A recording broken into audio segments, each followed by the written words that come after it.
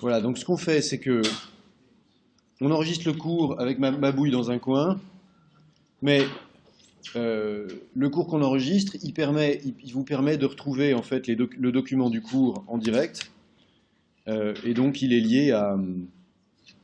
Alors, sauf que je n'arrive pas à avoir l'incrustation vidéo, tout va bien, et tout va pas si bien. Donc il faut que je sorte du mode plein écran pour avoir l'incrustation vidéo. D'accord. Je voudrais quand même arriver à quelque chose. Bon, alors, donc de quoi est-ce qu'on va parler? Vous savez que le programme du cours, c'est Histoire économique du monde 1750-1939. Alors, cette période, ça correspond en gros à ce qu'on appelle la Grande Divergence. Alors, qu'est-ce que c'est de quoi parle-t-on quand on parle de Grande Divergence? Ben, vous allez être assez rapidement dans le bain, puisqu'en fait, ce cours d'introduction, ça va permettre de la caractériser, la Grande Divergence. Et donc, on va caractériser cette Grande Divergence d'abord du point de vue macro, on va voir ce qui diverge, en fait, et où est-ce que ça diverge. Et puis ensuite, on va essayer d'avoir un regard un peu plus microéconomique. Donc, pour la perspective macro, ben, en fait, notre outil de travail, c'est The World Economy, a Millennial Perspective de Angus Maddison, qui est donc disponible sur le site. Qui c'est ce monsieur Maddison? C'était un historien économiste néerlandais qui était prof à l'université de Groningue. Et en particulier, ce qu'il a fait, c'est qu'il a constitué des séries statistiques. Alors au départ, sur la période 1820-1990, et donc il a constitué des séries population, PIB, PIB par tête. Et puis ensuite, il a essayé de se donner une étendue encore plus large. Et donc, c'est d'ailleurs pour ça que son livre s'appelait Millennial Perspective, donc une perspective millénaire. Il a essayé de faire des séries statistiques sur 0 à 2000. Bon, alors nous, évidemment, c'est pas la période 0 à 2000 qui va nous intéresser, quoique ça nous permet d'avoir une vision encore plus large. Et puis on va voir comment la période qui nous intéresse s'organise dans une histoire économique vue de manière un peu large, sur des indicateurs un peu grossiers. Bon, alors pourquoi est-ce qu'on s'intéresse au PIB dans un premier temps? Bon, vous savez, puisque vous avez eu un cours je pense que c'est en Contanat l'an dernier, que vous savez comment on mesure le PIB comme étant la somme des valeurs ajoutées produites. Vous savez que le PIB, c'est pas un bon indicateur ni du bonheur, ni même simplement de ce qui est consommé, puisque on sait que le gâchis, par exemple les embouteillages augmentent le PIB, alors que ça n'augmente pas le bien-être. Bon, donc le PIB n'est pas un bonheur intérieur brut. Enfin, vous connaissez probablement mieux que moi la critique du PIB telle qu'elle apparaît, par exemple, dans le rapport que Fitoussi, Amartya Sen et Joe Stiglitz avaient fait à la demande de Sarkozy au début du mandat de Sarkozy. Mais la raison pour laquelle on considère le PIB quand même, c'est que le PIB, c'est un indicateur de consommation qui, à court terme, est relativement réactif à ce qui se passe. Alors que si on prend un indicateur qui paraît plus indicatif, comme l'IDH, par exemple l'indicateur de développement humain, vous savez que dans l'IDH, il y a une partie PIB, mais il y a aussi une partie taux d'alphabétisation et une partie espérance de vie. Or, justement, on le voit bien, l'espérance de vie d'une part et le taux d'alphabétisation de l'autre, ça évolue extrêmement lentement. Donc, alors, sur une période de 150 ans ou 200 ans, ça peut être intéressant, mais d'abord, on n'a pas la moindre idée de ce qu'étaient les taux d'alphabétisation. On a des idées que très grossières de ce qu'étaient les taux d'alphabétisation au début de notre période. Et puis, de fait, le taux d'alphabétisation, dans un pays comme la France, ça varie extrêmement peu, extrêmement lentement. Parce que pour avoir un effet de stock sur la population, il faut travailler sur des flux complets, c'est-à-dire en gros, il faut alphabétiser toute la population, tous les enfants en âge scolaire, pour produire un effet de stock au bout d'une génération. Donc, de fait, même si le PIB, on connaît ses limites, on sait qu'il a comme avantage qu'il est relativement réactif.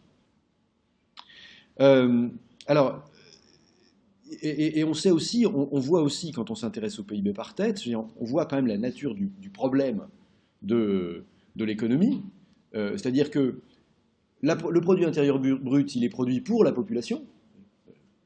Je vous disais que le PIB, c'est pas un bonheur intérieur brut, parce que de fait, par exemple, les embouteillages, donc les effets néfastes de la concentration, ça augmente le PIB, mais ça augmente pas le bien-être, au contraire, puisque les embouteillages, ça fait de la pollution. Donc, certes, le PIB ne mesure pas le bonheur intérieur brut, mais enfin, l'idée quand même, c'est que la production, elle a vocation à être consommée, et que le bien-être se mesure plus ou moins par un niveau de consommation. Bon, et de fait, à tous les problèmes de répartition, de gâchis, etc. après, l'idée quand même est que on est dans des systèmes économiques où la satisfaction des membres de la communauté se mesure à leur consommation. Et la revendication des membres de la communauté, c'est souvent de pouvoir consommer plus. C'est souvent l'accès à la consommation. Bon, donc de fait, ça a tout à fait du sens de s'intéresser au PIB. Et ça a d'autant plus tout à fait du sens qu'on voit que la population est elle-même la limite du PIB, parce que la difficulté, c'est que quand la population augmente, le PIB par tête diminue. Et donc le problème de la croissance, c'est évidemment d'être capable d'offrir un niveau de PIB par tête croissant, alors même que le PIB par tête baisse quand la population augmente. Bon. Et d'ailleurs, c'est quelque chose qu'on a du mal... C'est la première chose que, comme économiste, on a du mal à expliquer aux pas économistes. C'est-à-dire, les gens ne comprennent pas pourquoi la consommation n'augmente pas. Parce que faire augmenter la consommation, ça ne va pas de soi, surtout quand la population augmente. Bon, donc fin de la parenthèse sur pourquoi est-ce qu'on choisit le PIB, et on commence à regarder Madison. Donc ça, c'est carrément un copier-coller de la page 31 de Madison, page 31 de l'ouvrage qui est donc intégralement sur le site, si vous voulez, qui montre quoi? Qui montre le niveau de population dans les groupes de pays qu'on va considérer, entre, en gros, 0 et 2000. Bon, et donc, qu'est-ce qu'on voit? Par exemple, que pour l'Europe, ben, la population en l'an 0, c'est un peu moins de 25 millions, la population en l'an 1000, c'est un peu plus de 25 millions, la population en 1820, qui est donc le moment où Madison avait commencé à faire ses premières séries statistiques, c'est 133, et la population en 1998, qui est le moment où il arrête ses statistiques pour la publication de World Economy a Millennial Perspective, c'est 388. Bon, si on a la population qui fait l'objet donc des 4 premières colonnes, on peut aussi faire des taux de croissance, et on voit donc que le taux de croissance entre 0 et 1000, puisque la population n'augmente pas, le taux de croissance c'est 0, et ainsi de suite. D'accord ? On peut aussi regarder le niveau de PIB par tête, et puis enfin le niveau du PIB, ainsi que les taux de croissance pour chacune de ces grandeurs. Bon, et alors, pourquoi j'insiste pas, en fait, sur ces données à proprement parler? Parce que ce qu'on voit, c'est que dans ces tableaux de Madison, on a l'an 1000, on a 1820, on a 1998, mais on n'a pas exactement la période qui nous intéresse, qui est la période 1750-1939. Alors, ça n'est pas dans ces tableaux qui sont, en gros, la synthèse qui apparaît au début de l'ouvrage de Madison. Ça ne veut pas dire qu'on ne va pas pouvoir utiliser les données de Madison pour calculer. Une première façon qu'on pourrait avoir de calculer, ça pourrait être simplement de faire une interpolation. J'entends par interpolation une interpolation purement linéaire, d'accord, ce qui consisterait à dire que le bon chiffre pour 1750, c'est la moyenne pondérée entre le chiffre qu'on a en l'an 1000 et le chiffre qu'on a en 1850. Pondéré comment? On met un poids, on met un poids qui permet de faire que 1750 est le barycentre de 1820 et de 1700. D'accord? Bon, et donc avec les formules que j'indique, on peut justement comme ça calculer les valeurs pour 1750 et pour 1939. Et alors on a un premier jeu de valeurs sur lequel je ne vais pas insister parce qu'en fait, en fait quoi? En fait, l'idée d'approximer les valeurs en 1750 par exemple, à partir des valeurs en l'an 1000 et en 1820, ça paraît quand même douteux pour 2 raisons. La première raison, c'est que c'est dû à la formule d'approximation que j'ai prise. Faire une interpolation linéaire pour un phénomène qui est un phénomène de croissance exponentielle, ça risque de pas bien marcher. Alors vous avez un truc qui est... Vous avez une croissance exponentielle, vous prenez la corde de la courbe, il va de soi qu'il y a un moment où la corde est éloignée de la courbe. Donc là, il y a un problème de méthode. Mais il y a un deuxième problème de méthode, qui est qu'entre l'an 1000 et 1820, il se passe quand même pas mal de trucs. Bon, alors, c'est pas forcément des trucs très intéressants, mais la grande peste de 1405, enfin autour de 1349, les guerres napoléoniennes, la Révolution française, enfin, tout ça, on imagine que la croissance de la population, elle n'est pas linéaire. Et donc, de fait, si on prend un taux de croissance linéaire là-dedans, on doit faire à peu près n'importe quoi. Confirmation du fait qu'on prend à peu près n'importe quoi, si on lit un peu plus loin que la page 31 de Madison, ce qui n'est pas interdit, on se rend compte que Madison donne aussi les chiffres pour 1913 et 1950. Alors, c'est toujours pas 1939, mais ça nous permet d'encadrer un peu mieux 1939, parce que si on se contentait de ce tableau-là, ce qu'on avait pour approcher 1939, c'était 1820 et 1998. Bon, donc, entre 1820 et 1998, par exemple, on a deux guerres mondiales. Et deux guerres mondiales, ça doit avoir un petit effet là aussi sur la démographie.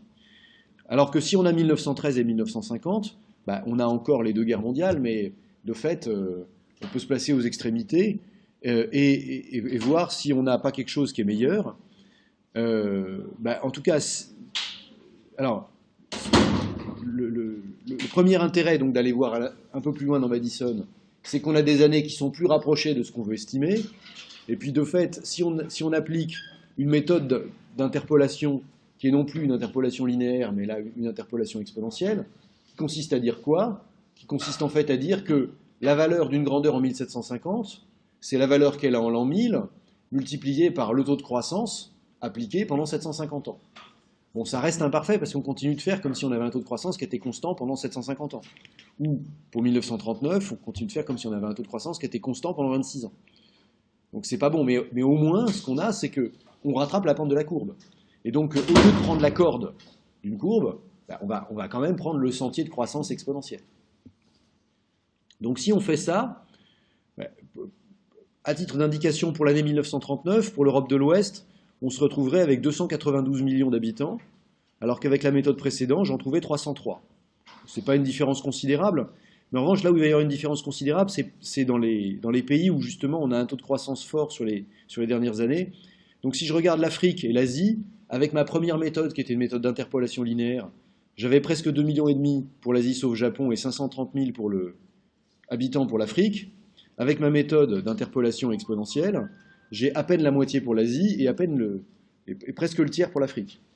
Or ça correspond plus à la réalité, puisque quand on voit les chiffres de 1950, ben, les chiffres de 1950, ils seraient même pas la moitié des chiffres qu'on avait calculés avec la première méthode.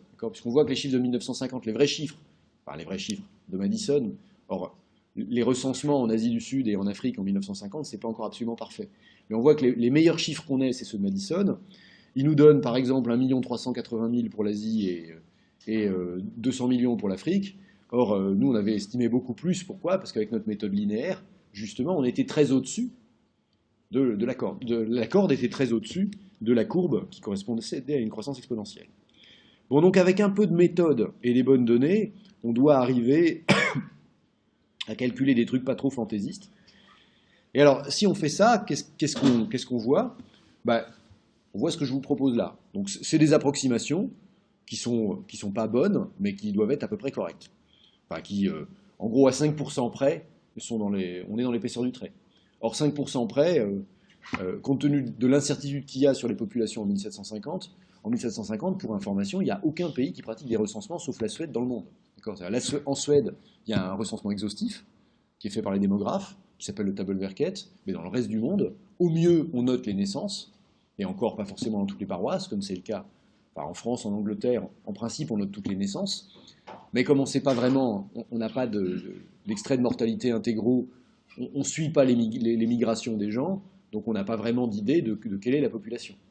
Les premiers essais de recensement en France, c'est d'ailleurs même pas des recensements, c'est des essais de dénombrement par sondage. C'est Laplace, à la fin des années 1770, qui propose d'utiliser une technique de multiplicateur, justement parce qu'on ne sait pas faire de recensement. Et les premiers essais de recensement, c'est sous l'Empire en France. Donc c'est au début des années 1800. D'accord ? Et même à ce moment-là, c'est encore imparfait, parce qu'il y a le problème des gens qui sont en déplacement, etc. Bon. Donc vous voyez que le calcul de population en 1750, bien sûr que ma méthode est pleine d'erreurs, mais comme de toute façon, il n'y a pas de vrais chiffres,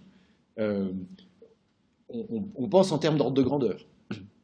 Et en particulier, l'ordre de grandeur important, ça va être de se rendre compte que dans la période qui nous intéresse, entre 1750 et 1939, la population européenne est multipliée par 3. D'accord ? On passe de, en gros, 100 millions à, en gros, 300 millions. Bon, alors, est-ce que ça, c'est particulièrement remarquable ? Si on regarde ce qu'on va appeler les drageons européens, dans un second temps, non. Alors, qu'est-ce que c'est que les drageons européens ? Le terme de Madison, c'est Western Offshoots. Offshoots, c'est ce qu'on pourrait appeler... Enfin, vous voyez, en français, c'est quand une plante fait des repousses plus loin de la plante d'origine. On pourrait appeler ça des rejets, mais en fait, les rejets, c'est une certaine catégorie de offshoots. Le terme le plus générique, qui est un terme de botanique, c'est dragon. Ça veut dire justement que c'est les racines qui ressortent un peu plus loin. Et qu'est-ce que c'est que ces Western Offshoots? Donc qu'est-ce que c'est que ces drageons qui ressortent un peu plus loin? Ben, c'est les États-Unis, l'Australie, la Nouvelle-Zélande, le Canada. Et en fait, tout ce qui est venu d'Europe et qui est parti se replanter ailleurs, quitte à faire un peu le ménage, parce que bon, vous savez que la colonisation, enfin les colonisations par les Européens se sont jamais très bien passées pour les populations locales, mais elles sont spécialement mal passées. En Amérique du Nord, où les Indiens ont quand même été largement massacrés, en Australie, où les aborigènes ont été largement massacrés, etc. Bon, mais ce qu'on voit, c'est que ces populations des drageons européens, elles ont augmenté beaucoup plus vite que les populations mères européennes. En revanche, le ratio de 1 pour 3, ben, c'est à peu près celui aussi de la croissance du Japon. L'Amérique latine, c'est 8 fois plus. L'Europe de l'Est, c'est 4 fois plus. L'Asie, c'est 2 fois et demi plus. L'Afrique, c'est 3 fois plus. Bon, mais la croissance démographique de l'Europe, dans la période qui nous intéresse, c'est pas ça qu'on va appeler la grande divergence. Parce qu'en gros, tout le monde croît à peu près au même rythme. Enfin, à part les drageons européens qui vont plus vite, mais si on voulait le confirmer, on peut calculer les taux de croissance à partir... Alors, comment est-ce qu'on calcule les taux de croissance? Ben, on fait tout simplement le rapport des populations, et puis on élève à la puissance 1 sur le nombre d'années. D'accord? Et donc, par exemple, le taux de croissance de la population pour l'Europe de l'Ouest entre 1750 et 1939, alors c'est taux de croissance tout confondu, hein, phénomène migratoire, croissement démographique, etc. On est à peu près à 0,57% par an. Le Japon, c'est 0,62%. L'Asie, c'est 0,51%. L'Afrique, c'est 0,56%. Bon, donc on voit que les chiffres de l'Europe en matière de croissance démographique sont absolument non remarquables. Surtout quand on compare à l'Amérique latine, par exemple, où on est à pratiquement le double de l'Europe. Après une phase de décroissance démographique entre 1500 et 1750. Alors pourquoi est-ce que j'ai gardé 1500? Ben parce que vous allez voir que 1500, en fait, ça joue un rôle intéressant, surtout du point de vue du PIB par tête. Pas tellement du point de vue de la population, sauf pour les pays d'Amérique latine, où on voit que la population en Amérique latine, elle baisse entre 1500 et 1750. Et d'ailleurs, pourquoi est-ce qu'elle baisse, la population en Amérique latine, entre 1500 et 1750? Pardon? Oui, mais enfin, c'est certainement l'effet de la colonisation, mais de quoi en particulier dans la colonisation? Voilà, c'est qu'effectivement... Alors, donc c'est l'apport de maladies par les colons européens. Et comment est-ce que se répartissait la population en Amérique latine avant l'arrivée des Européens?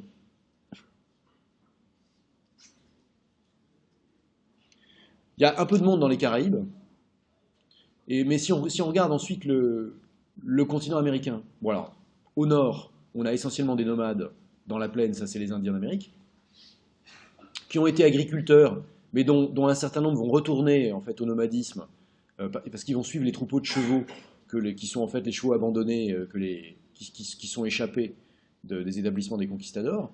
Bon, donc au nord, on retourne vers le nomadisme, mais au sud, à part pas beaucoup de monde dans la forêt amazonienne, où est-ce qu'on habite concrètement? Entre le Mexique et le Chili, pour l'essentiel, on habite dans les montagnes. D'accord? Les Incas, c'est un empire de la montagne.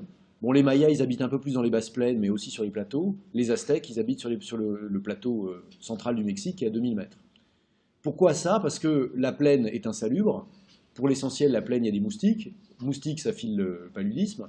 Et donc, on s'est réfugié en altitude, là où il y a très peu de germes pathogènes. Et les Européens arrivent avec la grippe, le rhume, enfin, tout un tas de fléaux qui déciment les populations. Bon, alors après, ils ne sont pas totalement friendly non plus. Mais, de fait, et donc, ils peuvent aussi maltraiter directement. Il y a clairement une guerre organisée contre les Aztèques. Il peut y avoir des phénomènes d'esclavage qui aboutit à des maltraitances et donc à une baisse de la population. Mais le choc anaphylactique, le choc bactérien, le choc des maladies infectieuses, est probablement celui qui a l'effet le plus élevé. Et donc après ce choc initial, en revanche, on voit qu'on a une augmentation de la population qui est assez forte, parce qu'il y a une immigration de peuplement. Et donc de fait, il y a beaucoup d'Européens qui viennent en Amérique, en particulier à la fin du XIXe siècle, en Argentine et au Brésil. Bon, donc, mais donc, s'il y a des pays qui sont remarquables en matière démographique dans cette période 1750-1939, c'est plutôt ce qu'on a appelé les drageons européens, c'est-à-dire le Canada, les États-Unis, l'Australie, la Nouvelle-Zélande et l'Amérique latine que l'Europe, qui est à peu près au même rythme de croissance démographique que le reste du monde, que ce soit qu'on considère le Japon, l'Afrique, le reste de l'Asie. Bon, ces taux de 0,6%, ils sont les mêmes partout. Donc c'est pas ça qui fait l'objet de la grande divergence. Alors qu'est-ce qui fait l'objet de la grande divergence? Bah, c'est le reste, c'est-à-dire c'est plutôt le PIB. Et donc si on regarde le PIB par groupe en regardant les mêmes groupes de pays, qui sont les groupes de pays qu'a fait Madison, alors là, 2 mots sur les estimations de PIB. Évidemment, les estimations de PIB, elles sont pas tout à fait au doigt mouillé, mais pas loin, n'est-ce pas? C'est-à-dire que, de fait, on commence à avoir des mesures de production matérielle en France au milieu du 19e. Avant, c'est ce qu'on va appeler du guesstimate, d'accord? Guesstimate, c'est un porte-manteau en anglais, c'est où on met ensemble to guess, qui est deviner, et estimate, qui est l'estime, plus que l'estimation d'ailleurs. Bon, c'est une manière de dire que c'est de la devinade, quoi. Donc ce dont on parle, c'est plutôt des ordres de grandeur. Et en fait, Madison, il a plutôt travaillé sur les PIB par tête, en partant du principe que 400 $ 1990 par tête et par an, c'est ce qu'il appelle le seuil de subsistance. Et puis il a pris des taux de croissance un peu arbitraires sur des longues périodes pour voir comment ce truc-là évoluait. Bon, et puis à partir du milieu du 18e, on commence à avoir des ordres de grandeur. Vous allez voir comment. Mais donc pour l'instant, ces chiffres de PIB, ils ont l'air un peu magiques. Ils ont l'air un peu magiques, mais en revanche, ce qu'on peut voir, c'est que sur la période qui nous intéresse, toujours la même, cette fois-ci, la croissance du PIB en Europe de l'Ouest, entre 1750 et 1939, c'est en gros une multiplication par 11, alors qu'on a dit que la population avait été multipliée par 3. Donc si le PIB est multiplié par 11 et la population par 3, ben c'est que le PIB par tête est multiplié par entre 3 et 4. Bon, pour les dragons, c'est encore plus impressionnant, mais là on perd un peu le sens de la mesure parce qu'on a vu que la population avait aussi augmenté très fortement. Pour le Japon, on a une multiplication par 8. Et puis alors, pour l'Asie, par exemple, on a une multiplication par 3. Or, on a vu que la population avait elle aussi été multipliée par 3. Donc c'est peut-être là, en fait, que on va commencer à voir poindre la grande divergence. C'est que finalement, les taux de croissance du PIB, s'ils sont tous fortement positifs, bah, ils ne sont pas du même ordre de grandeur dans tous les groupes de pays. Ils sont astronomiques dans les dragons. Alors 3,30%, finalement, c'est au niveau de ce qu'on a observé depuis. Mais justement, ce qu'on voit, c'est que ce qu'on observe depuis, c'est, alors là, tout à fait astronomique. C'est-à-dire que depuis, les taux de croissance de 4% par an du PIB par tête, ils sont devenus normaux. Mais ce qu'on voit, c'est que dans la période d'avant, par exemple la période qui suit les grandes découvertes, les taux de croissance du PIB, ils sont plutôt de l'ordre de 0,3, et que dans la période encore avant, qui suit l'an 1000, les taux de croissance du PIB, ils sont plutôt entre 0 et 0,2% par an. Donc, pendant la période qui nous intéresse, il y a une première accélération de la croissance, et cette première accélération de la croissance, elle est surtout remarquable dans les dragons européens, et puis en Europe de l'Ouest, au Japon, en Europe de l'Est, mais pas dans le reste de l'Asie, sauf le Japon, et en Afrique. Donc de fait, la période qui nous intéresse, c'est une période qui va voir se séparer, non pas l'Europe du reste du monde, mais en gros plutôt à peu près partout où il y a des Européens, à l'exception du Japon, mais d'une certaine façon, au Japon, on verra que même s'il n'y a pas des Européens, enfin il y a des Européens qui sont quand même, il y a des Européens qui ont écrit les lois, qui sont les ingénieurs qui font fonctionner les usines, etc. Donc il y a quand même des Européens dans l'économie. Enfin, ce qu'on voit, c'est que partout où il y a des Européens, le PIB augmente nettement plus vite que là où il n'y en a pas du tout, c'est-à-dire en Asie, sauf au Japon, et en Afrique. Bon, et donc de fait, c'est pendant la période 1750-1939 qu'on entre dans un régime de croissance qui va devenir le régime de croissance qu'on a connu depuis.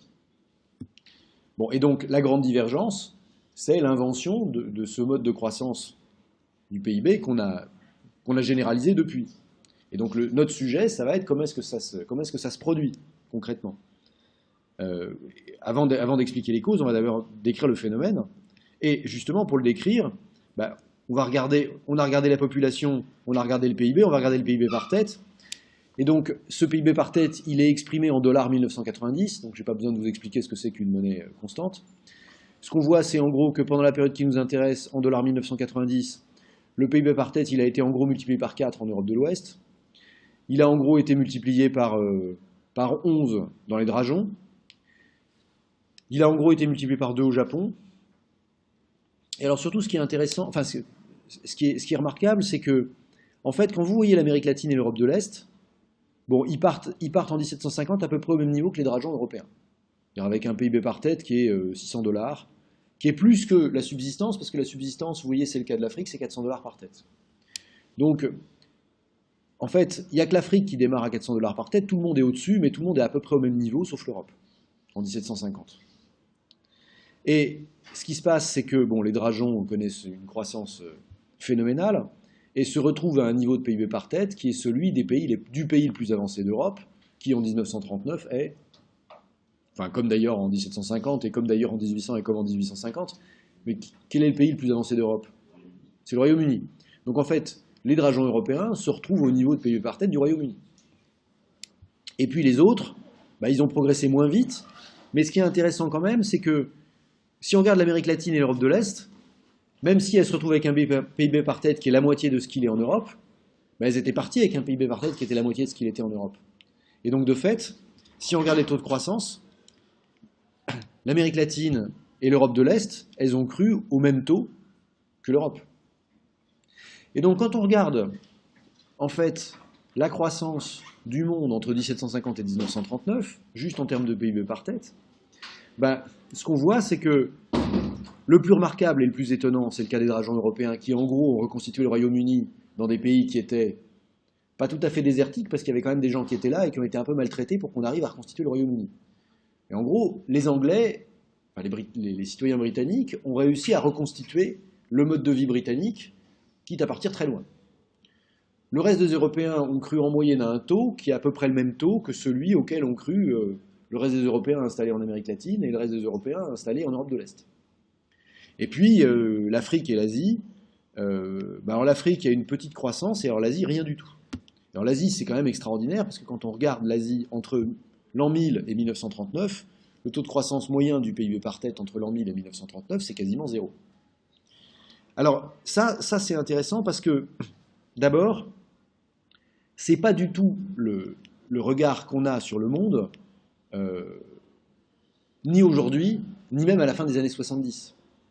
C'est-à-dire qu'en fait, le regard qu'on a sur le monde en 1939, c'est qu'en gros, partout où il y a des Européens, ça a cru au même rythme, même s'il reste encore des différences substantielles entre l'Europe de l'Est et l'Amérique latine d'une part, et puis l'Europe de l'Ouest d'autre part, qui sont en gros que l'Europe de l'Ouest, on reste à un niveau de PIB par tête qui est 2 fois supérieur à ce qu'on a en Russie ou en Argentine, mais en moyenne, tout le monde croît au même rythme. Et donc en moyenne, tout le monde est sur le même sentier de croissance. Sauf l'Asie et l'Afrique qui sont complètement perdus, et en particulier l'Asie. L'idée en 1939 que la Chine puisse devenir une puissance économique, c'est de la science-fiction. C'est-à-dire que ce qu'on voit en 1939, c'est que l'Inde et la Chine ont eu une croissance de zéro au cours des 1000 dernières années. Quand même. Alors on va voir, quand on va regarder les choses de près, que cette croissance de zéro, c'est en fait pas tout à fait une croissance de zéro. C'est qu'il y a eu des phénomènes assez compliqués, et dont les Occidentaux sont en grande partie responsables. Bon, mais en tout cas, le sentiment qu'on a en 1939, c'est que tout le monde est dans les starting blocks. Les Anglais et leurs anciennes, enfin leurs dominions, donc le Commonwealth caracole en tête, mais derrière, tout le monde croit au même rythme, et il n'y a pas d'avantage décisif. Et donc, en fait, on a l'impression en 1939 qu'on va assister à une course, dont vous connaissez la fin, dont vous connaissez le siècle suivant, où manifestement l'Amérique latine et l'Europe de l'Est se sont épuisées, et c'est l'Asie qui a battu tout le monde sur le fil. Mais nous, l'histoire qu'on va voir, c'est pas tout à fait celle-là. Et en particulier, alors si on cherche une explication la plus simple à ce qui s'est passé entre 1750 et 1939, la réponse, elle est simple. La réponse, elle est, si vous voulez de la croissance économique, il suffit d'apprendre l'anglais, et de faire comme les Anglais.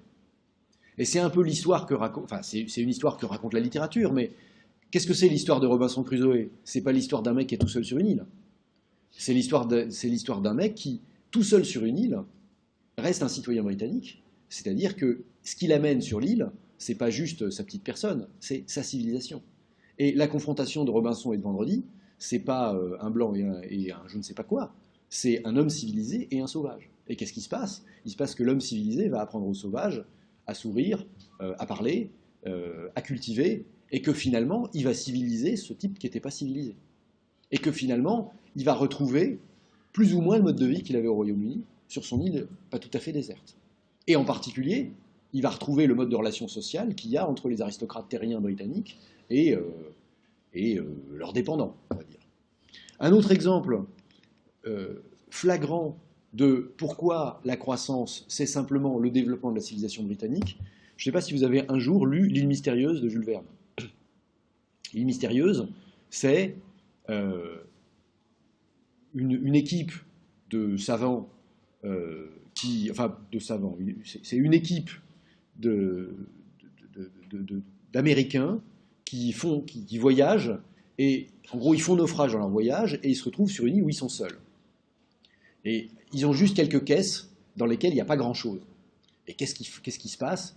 Il se passe que parmi eux, il y a un savant, et donc grâce à la science du savant et au travail de tous les autres, on va reconstruire la civilisation, alors pas au sens où on va avoir des centrales électriques et des ordinateurs, d'accord, bon d'abord on est en 1880, et puis en plus ils sont suffisamment, enfin surtout ils n'ont pas de femmes, donc la possibilité de se reproduire et de reconstruire une civilisation qui redémarre, c'est pas possible. Mais en revanche, là où ils vont reconstruire la civilisation, c'est qu'ils vont refaire de la poudre qui va leur permettre de chasser, ils vont avoir de l'eau, enfin ils vont se retrouver le mode de vie qu'ils avaient aux États-Unis à très peu de choses près. Tout ça grâce à deux choses qui sont la science et le travail, c'est-à-dire les intrants habituels des processus productifs que sont le progrès technique, ou le niveau technique, si vous voulez, et le travail. Et le capital, ils vont l'extraire du travail.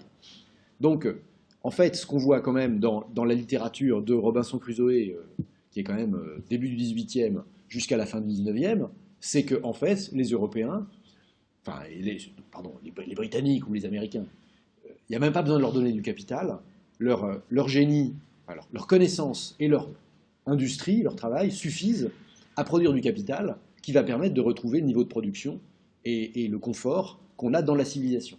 Et donc, en fait, il suffit de... le blanc, vous le mettez partout, et hop, il reconstruit la civilisation. Et donc de fait, l'histoire économique, elle est relativement simple à expliquer dans la littérature. Il suffit de prendre des Anglais, et hop, vous allez reconstruire le Royaume-Uni.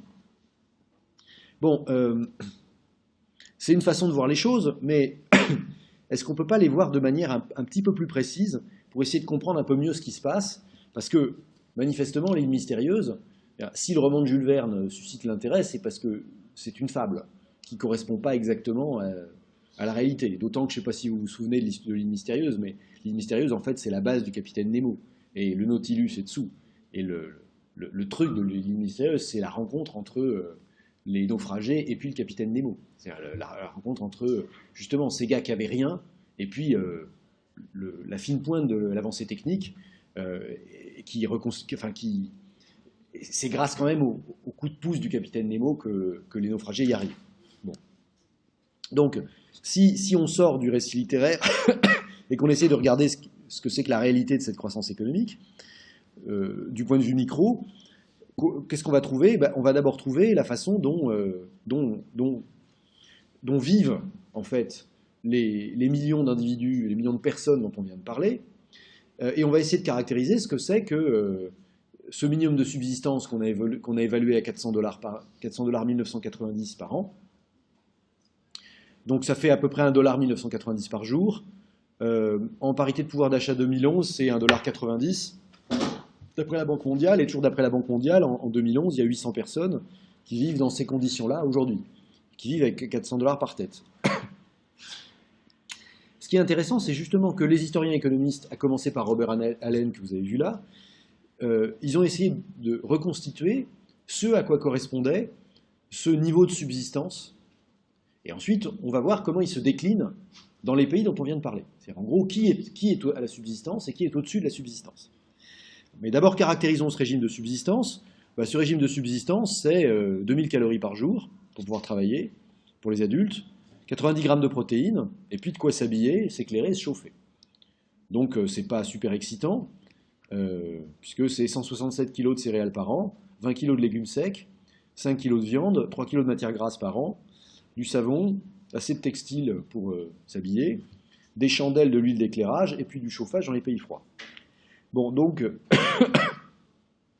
c'est pas ça qui vous fera rêver. D'autant que les 5 semaines de congés payés, il n'y a pas. Le forfait mobile, il n'y a pas. En fait, il n'y a rien, d'accord? Il n'y a pas de loisir.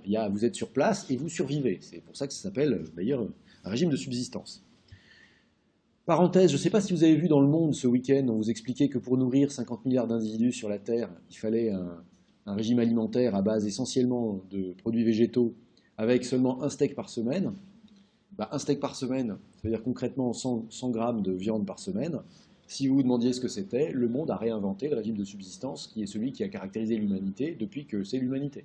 Enfin, pas tout à fait. Depuis l'invention de l'agriculture. Parce que comme vous le savez, tant qu'on était des chasseurs-cueilleurs, on avait un régime avec beaucoup plus d'alimentation carnée puisqu'on chassait. Et il n'y avait pas de céréales. En fait, c'est la domestication des céréales au néolithique qui nous a amenés à ce régime-là. Et ce régime-là, ça a été le régime d'une grande partie de l'humanité entre le néolithique et puis aujourd'hui, on vient de voir qu'il y avait encore 800 millions de personnes qui y étaient. Et la perspective que nous donne le monde, c'est que si on veut tous tenir sur la Terre, il faut arrêter de bouffer de la bidoche. Pardon. Il faut limiter nos apports carnés, n'est-ce pas? Parce que sinon, on ne va pas y arriver. Bon. Et donc, chic, bonne nouvelle, on va enfin retourner au néolithique. Enfin, avec des mobiles en plus, d'accord, mais du point de vue du régime alimentaire, c'est de ça qu'il est question. Je vous passe l'idée que ce serait plus facile de produire des protéines à partir des insectes, hein, parce que comme vous le savez, le problème de la production de viande, enfin de protéines, à partir du bétail, du gros bétail, c'est que c'est pas du tout rentable du point de vue écologique. C'est-à-dire qu'une vache, ça produit beaucoup de CO2 pour faire de la viande. Pourquoi ça produit beaucoup de CO2? Parce que ça rumine. Et la rumination, ça produit du CO2. Alors que si vous prenez des cafards, par exemple, ils produisent beaucoup de protéines à partir de pas grand-chose. Et surtout pas grand-chose d'appétissant. Bon, ça, c'est une autre affaire, c'est pas de l'histoire, c'est de la science-fiction. Mais alors, donc, une fois qu'on a précisé ce que c'était que le régime de subsistance, et alors, en gros, les seules variations qu'on va avoir dans le régime de subsistance, c'est qu'en Asie, les céréales, c'est du riz. En Europe occidentale, pour l'essentiel, c'est du blé, sauf à certains endroits où, genre en Camargue, il va y avoir du riz, ou en Italie centrale, ça va être des châtaignes, ou que sais-je. Mais enfin, en gros, la céréale change, mais la quantité de céréales reste la même, parce que sinon, vous n'êtes pas au niveau de subsistance, et quand on n'est pas au niveau de subsistance, on disparaît. Donc, comment est-ce que ça s'organise, par exemple, en Europe occidentale? Alors, à peu près les mêmes auteurs, enfin, bon, c'est essentiellement Allen qui a essayé de mesurer, d'après en gros la littérature, comment est-ce que, justement, on se situait dans diverses villes, divers villes témoins, comment est-ce qu'on se situait par rapport à ce niveau de subsistance. Alors, vous voyez là qu'on a quoi? On a en bleu foncé le niveau de subsistance, enfin non, le niveau de consommation par tête dans la ville de Florence, en termes de multiples du régime de subsistance.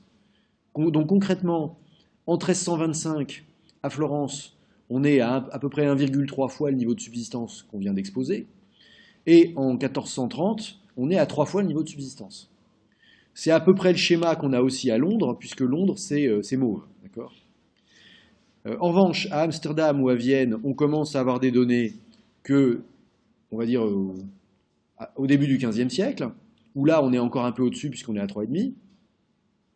Et puis, on se met à avoir des données aussi pour Delhi, au début du XVIIe siècle, enfin à la fin du XVIe siècle, et données pour Pékin au début du XVIIIe.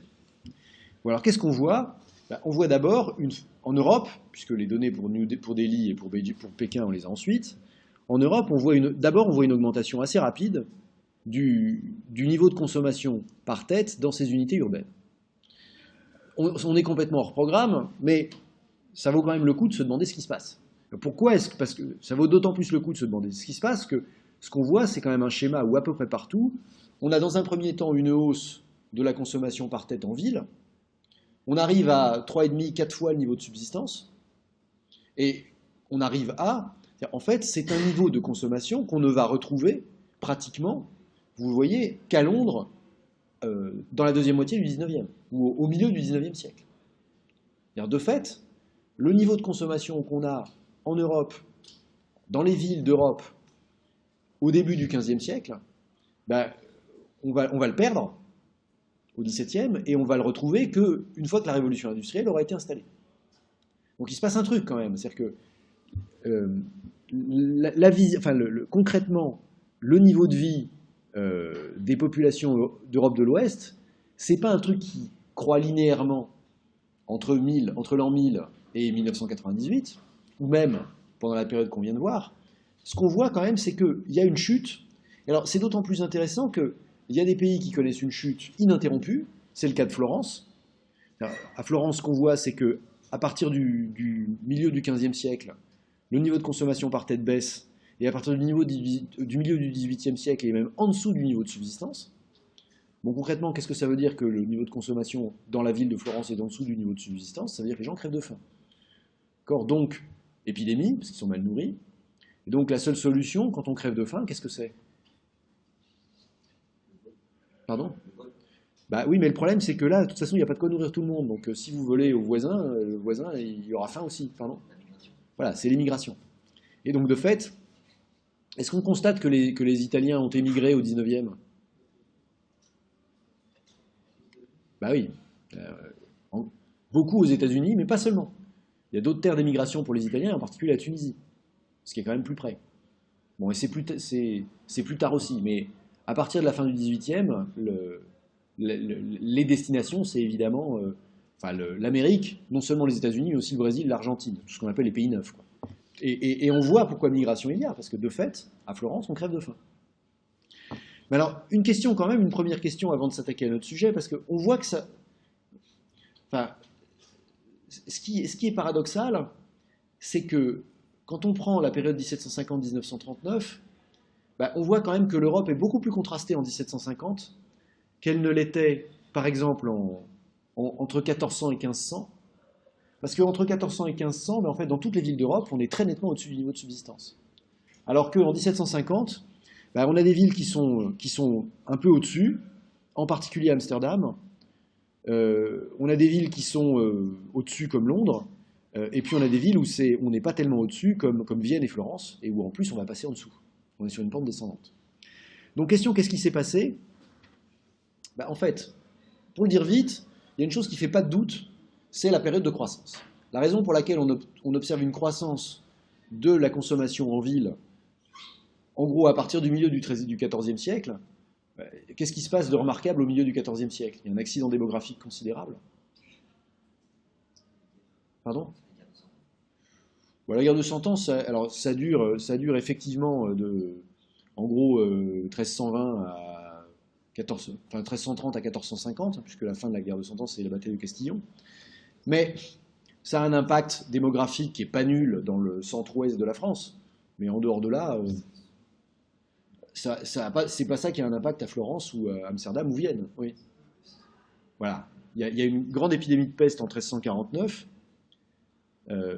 Vous savez quel est l'impact démographique en gros? Pardon? Voilà, c'est ça. Il y a un tiers de la population qui gicle en 3 ans. Bon, techniquement, la peste, elle est arrivée en fait. C'est les Génois qui nous l'ont rapporté de Caffa. Caffa, c'est un comptoir génois sur la mer Noire. En fait, les Génois étaient assiégés par les Mongols dans Caffa, et comme Caffa était adossé à la mer, ils ne pouvaient se ravitailler que par la mer.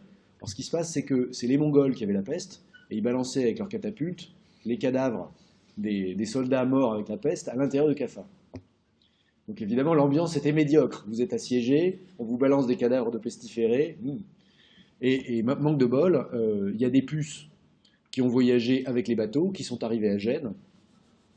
Et comme Gênes, c'est quand même le centre du commerce, parce que c'est le centre du commerce, c'est le centre du pognon en Europe au XIVe siècle.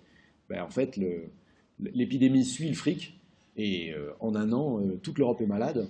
Et donc, en gros, c'est à peu près la moitié de la population urbaine qui disparaît, et 20% de la population à la campagne. Et la moitié de la population urbaine, ça fait du monde. Et alors, ça a un effet très bénéfique sur les survivants, qui est quoi? Qui est qu'en fait, le problème de l'Europe, en gros 1350, c'était qu'il commençait à y avoir une pression démographique sur la terre. C'est-à-dire que compte tenu des méthodes culturelles, l'Europe commençait à être surpeuplée. Là, si vous virez le tiers de la population, de fait, on vit bien. On est plus à l'aise, n'est-ce pas? Et en particulier, on mange mieux. Et en fait, c'est tout bêtement ça qu'on voit. Non, mais du strict point de vue économique, si vous gardez le même niveau de capital fixe et que vous supprimez un tiers de la population, et probablement 40% de la main-d'œuvre, vous augmentez considérablement la productivité du travail. Si vous augmentez considérablement la productivité du travail, suffit d'être enfin, si vous êtes un tout petit peu ricardien, vous vous dites que vous êtes obligé d'augmenter le salaire puisque c'est le salaire, c'est la productivité marginale du travail, y compris chez Ricardo, puisqu'on va continuer de mettre des terres en culture jusqu'à ce que la productivité de la dernière terre, ce soit celle qui permette de nourrir le dernier ouvrier. D'accord ? Bon, donc de fait, le choc démographique a un effet bénéfique sur les survivants. Je ne suis pas en train de dire que la solution au chômage et aux problèmes, c'est de tuer tout le monde. Mais de fait, quand ça arrive, il y a aussi, comme disent les Anglais, every cloud has a silver lining, d'accord ? Chaque nuage a il y a une ombre argentée autour du nuage. Enfin, il y a en gros quelque chose malheur est bon, on dirait en français, et en l'occurrence, la peste a eu un effet bénéfique sur les survivants. Alors, le sujet, quand même, c'est, d'accord, une fois qu'il y a la peste, mais pourquoi est-ce que ça baisse ensuite ? Parce que retour de la pression démographique. Alors ça, c'est un truc sur lequel ça vaut le coup qu'on s'arrête, parce que justement, c'est ce qui va laisser l'Europe dans un état d'inégalité profond. Il va y avoir des pays qui vont être très au-dessus du niveau de subsistance en 1750, et des pays qui vont être très proches, voire en dessous. Qu'est-ce qui fait ça ? Bon, ce qu'on peut regarder, si on regarde ça, si on essaie de détailler, ce qu'on voit, c'est que on a une baisse limitée du niveau de consommation. Je devrais d'abord dire que, manifestement, le niveau de consommation, il est très au-dessus du niveau de subsistance dans les villes, sur toute la période considérée, à part à la fin. Bon, concrètement, ça veut dire quoi ? Concrètement, ça veut dire qu'en Europe, dans les campagnes, on est au niveau de subsistance. Pourquoi ? Parce qu'il y a un prélèvement qui est opéré par les villes, soit sous forme d'impôts, enfin pour l'essentiel sous forme d'impôts, et c'est ce prélèvement qui fait que dans les villes, on se retrouve avec un niveau de consommation qui est supérieur à ce qu'on a à la campagne. Et donc concrètement, le niveau le PIB dans le pays, il va être croissant avec l'urbanisation. Alors, entendons-nous, puisque la richesse est produite à la campagne et consommée à la ville, il n'y a pas de secret. Ça ne veut pas dire que les villes ne créent pas de valeur. Pour l'essentiel, elles vivent de la rente qu'elles pompent à la campagne. Mais simplement, plus la campagne est à même de soutenir des villes, plus ça veut dire qu'il y a de PIB. Plus ça veut dire qu'il y a de production matérielle dans le territoire considéré. Donc ce n'est pas les villes qui créent la richesse, mais c'est les villes qui la consomment. Mais ça suffit pour dire qu'en gros, le PIB par tête est fonction du taux d'urbanisation en Europe occidentale. Et donc que c'est les pays les plus urbanisés qui vont avoir le PIB par tête le plus élevé. Donc qu'est-ce que c'est les pays les plus urbanisés au XVIe siècle ? C'est les Pays-Bas. Ce qu'on appelle les Pays-Bas, je vous rappelle que ça correspond à l'actuelle Belgique et à l'actuel pays des Pays-Bas, et que ça, c'est sous domination espagnole. Pourquoi ? Parce qu'en fait, c'était les Pays-Bas bourguignons, et que, étant donné que la fille de Charles le Téméraire s'est mariée avec un Habsbourg, la couronne d'Espagne a récupéré les Pays-Bas. Et donc, de fait, si les Pays-Bas sont la région la plus riche, c'est parce que c'est la région où il y a le plus de villes. Et c'est des villes qui sont en plus relativement productives, parce que qu'est-ce qu'elles font ? Elles font du commerce de toile, entre autres choses, elles font du commerce de luxe, et voilà. Mais ce qu'on voit, c'est que même dans les Pays-Bas, qui sont même les plus riches, il y a quand même une petite baisse avant que ça remonte. La baisse est plus forte à Londres, à Vienne et à Florence. Alors, on peut se demander pourquoi est-ce qu'il y a une prospérité plus grande des Pays-Bas ? La réponse, en fait, elle est chez Madison. Alors ça, si l'histoire économique, sur le long terme, ça vous intéresse, chez Madison, il y a un très bon récit, en fait, de l'enchaînement des succès de ce qu'on va appeler les républiques marchandes, bien que dans le cas du Portugal, ce ne soit pas vraiment une république, mais justement l'enchaînement richesse du Portugal, richesse de Venise, richesse des Pays-Bas, richesse de Londres, enfin de l'Angleterre. Mais Madison montre très, très bien cette succession-là. Mais si on s'intéresse aux Pays-Bas, ce qui est certain, c'est en fait que, en gros, la puissance où il y a du PIB par tête important à la fin du XVe siècle, c'est Venise. Pourquoi ? Parce que Venise a gagné contre Gênes dans la course au commerce avec l'Orient. C'est-à-dire tout le commerce des épices, en gros, c'est Venise qui le monopolise. Donc c'est Venise qui, justement, extrait la rente qu'il y a à extraire de toute l'Europe, parce que le rapport d'échange est favorable à Venise. Les termes de l'échange sont favorables au commerce vénitien. Et puis en fait, les Portugais ruinent Venise, parce que quand Magellan fait le tour de l'Afrique, en fait, en un seul voyage, sa première expédition, Magellan, il ramène plus de poivre que tout le commerce vénitien en une année. Donc évidemment, même si Magellan met 2 ans à faire l'aller-retour, n'empêche qu'il a prouvé qu'en une seule expédition directe aux Indes, on rapportait plus que les contacts avec les marchands arabes à Alexandrie pendant toute une année. Donc de fait, il va avoir des coûts de production qui vont baisser, et il va ruiner le commerce vénitien. Mais ceux qui vont ruiner les Portugais, c'est les Néerlandais, parce qu'ils sont plus entreprenants et plus organisés. Et vous savez probablement que le succès commercial des Pays-Bas, c'est ce qu'on appelle la VOC, la Compagnie des Indes, d'accord, donc Verenigde Oost-Indische Compagnie, et donc la Compagnie unifiée des Indes orientales. Les Indes orientales, vous savez que si on appelle les Indiens d'Amérique des Indiens, c'est parce qu'on croyait qu'on avait trouvé les Indes. Et donc on est dans un monde où il y a des Indes occidentales qui sont les Amériques et des Indes orientales qui sont, d'ailleurs pas seulement l'Inde, mais aussi l'Indonésie.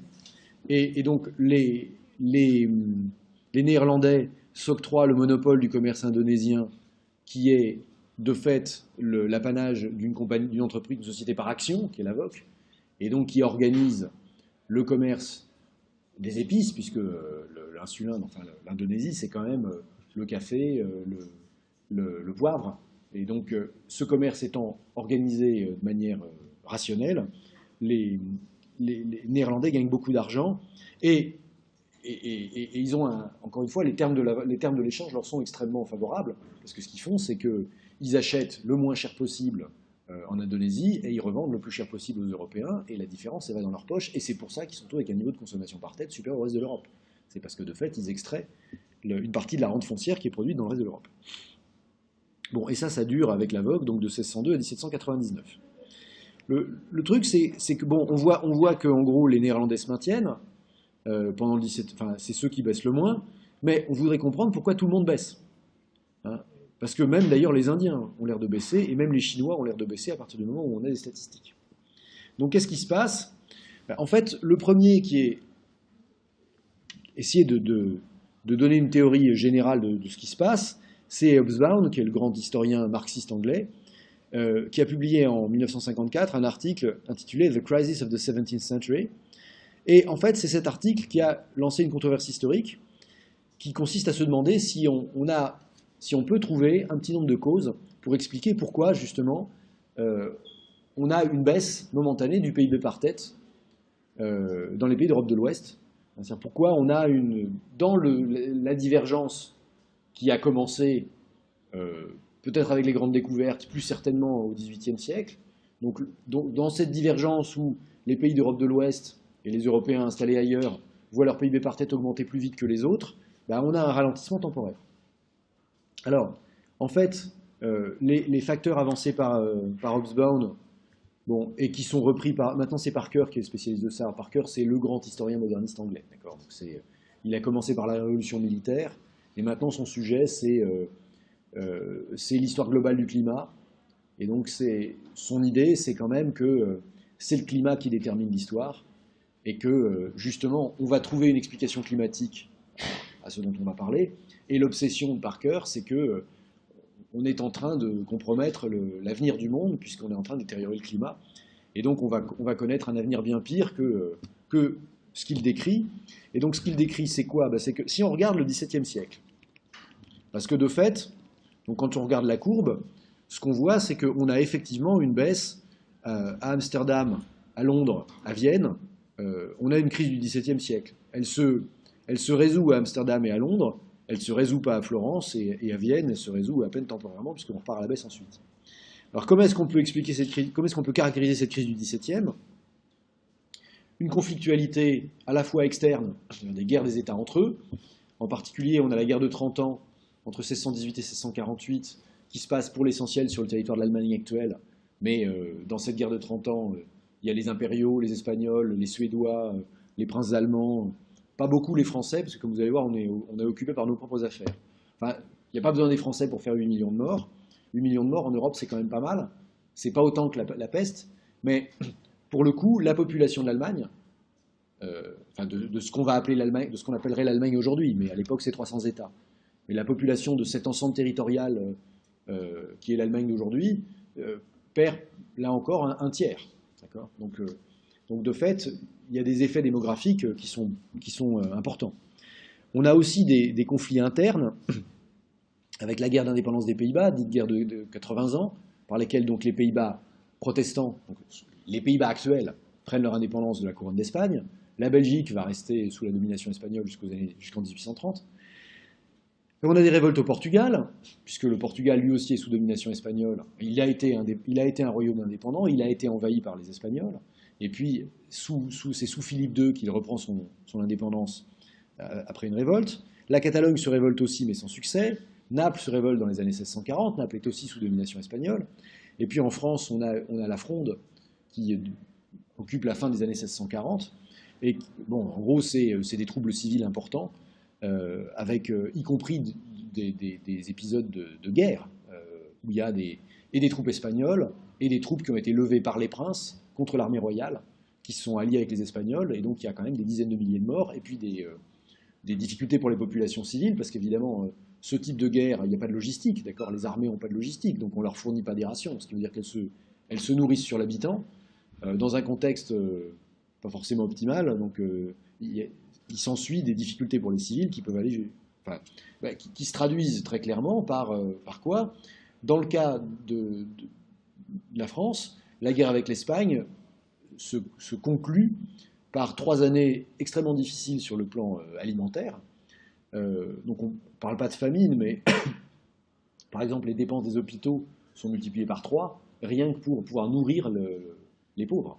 Ou alors si on prend l'exemple de la famine la fin du règne de Louis XIV, entre 1693 et 1697, donc pendant la guerre de 9 ans ou guerre de la Ligue d'Augsbourg, on a à peu près 10% de la population française qui disparaît en 4 ans. 10%, il y a 2 millions de gens qui meurent, et pas d'effet direct de combat, mais de malnutrition. Bon, donc de fait, on a une conflictualité qui se traduit par des morts sur les champs de bataille, mais qui se traduit aussi par des morts civiles dues à la malnutrition et aux épidémies qui s'ensuivent.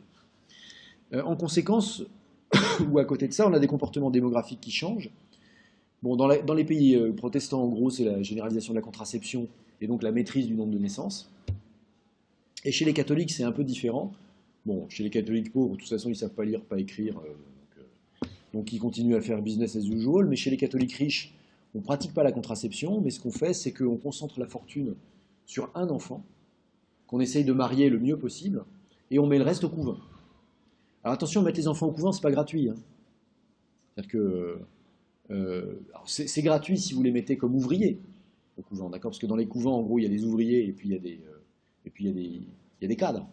Mais si vous voulez que vos gamins soient cadres dans un couvent, il faut leur donner une dot religieuse. Essentiellement, il faut les doter avec quelque chose qui va subvenir à leurs besoins, et donc avec un produit financier qui va leur rapporter. Donc une rente viagère ou quelque chose comme ça. Donc, chose amusante, on a aussi une financiarisation de la société à cette époque-là. Bon, c'est pour ça que je prends le temps un peu d'en parler, parce que l'époque moderne est une époque extrêmement étrange, enfin extrêmement moderne en fait, à beaucoup d'égards. Bon, alors, en gros, toutes ces manifestations qu'on voit, ça paraît parfaitement compatible avec l'idée selon laquelle on est retourné à une pression démographique qu'on avait avant la peste, que la peste a soulagé momentanément, mais il y a eu à nouveau une croissance démographique après la peste, et puis on arrive encore à un optimum ou à une surpopulation relative, puisque la surpopulation, comme le disait l'article du Monde, elle est uniquement relative à des méthodes productives. C'est-à-dire que de fait, en 1600, on est probablement arrivé à la limite de ce qu'on peut nourrir avec les méthodes productives de 1600. D'où des difficultés qui se traduisent à la fois par de la conflictualité, parce que, vous l'avez dit, en fait, prendre à son voisin, quand vous n'avez pas assez, vous êtes tenté de prendre à votre voisin. Quand vous prenez au voisin, si le voisin se défend, c'est le début de la guerre. Bon, et puis, malheureusement, comme de toute façon, il n'y a pas assez pour tout le monde, même si vous prenez au voisin, il n'y a pas de quoi, et donc de fait, cette pression démographique sur les ressources, elle va se traduire et par de la conflictualité et par des difficultés qu'on vient d'évoquer. Mais alors, ce qui est intéressant, c'est qu'en fait, dans les années 80, au début de la World History, on a commencé à regarder si la crise du XVIIe existait ailleurs qu'en Europe. Alors, on ne l'a pas beaucoup documenté en Afrique parce qu'on n'a pas beaucoup de sources, mais en revanche, on l'a documenté en Chine, avec en particulier l'effondrement de la dynastie Ming en 1644, et on l'a illustré au Japon avec en fait la rébellion du Sud, la rébellion Shimabara, qui se traduit par le massacre des chrétiens et la fermeture complète du pays. D'accord ? Et donc, de fait, cette fermeture complète du pays, c'est ce qu'on appelle Sakoku, c'est une autre modalité de réponse à ces difficultés, qui sont des difficultés démographiques, qui sont liées donc à une pression sur les ressources. Alors, question, est-ce que c'est juste une affaire démographique ou est-ce qu'il y aurait des causes adventices ou des causes différentes? Et alors, c'est là que les choses deviennent amusantes, parce que c'est là que Parker voit l'ébauche de ce qu'on vit. C'est-à-dire qu'il y a une thèse qui a prévalu pendant un certain temps de ce qu'on appelait le petit âge glaciaire, qui est l'idée qu'en fait, à côté de cette pression démographique, le climat se serait mêlé des misères du temps, et qu'on aurait un climat particulièrement froid, qui aurait expliqué justement le fait que on n'arrive plus à nourrir les populations. Alors je fais juste une parenthèse. C'est amusant parce qu'on en revient à l'histoire du PIB par tête. La plupart des gens qui ne font pas d'économie ne comprennent pas la dynamique évidente qui est que, en fait, le PIB par tête, il augmente à une vitesse qui est le taux de croissance du PIB moins le taux de croissance de la population. Et donc si le PIB croît peu et que la population croît plus vite que le PIB, le PIB par tête diminue. Et donc ça, en soi, ça peut poser des problèmes. Justement parce que si on est un tout petit peu ricardien, mais il n'y a pas besoin de considérer que Ricardo est un dieu, mais la réalité que Ricardo a décrite, c'est-à-dire celle des rendements décroissants dans l'agriculture, vous voyez bien comment on peut avoir des problèmes au bout d'un certain temps, la croissance va buter sur le fait que la population croît plus vite que les subsistances, et c'est ce qu'a décrit Malthus. Bon, donc de fait, il y a cette logique que les gens qui ne comprennent pas ce que c'est qu'un taux de croissance, et surtout comment on compose le taux de croissance d'un rapport, ne comprennent pas. Mais dès qu'on a fait 3 minutes d'économie, ça va de soi. Bon, et donc, il y a des gens qui veulent absolument chercher une autre cause que la dynamique propre de la productivité de l'agriculture. Et alors, du coup, le climat leur fournit un exemple, et c'est pour ça que les historiens se sont beaucoup attachés à cette histoire du petit âge glaciaire.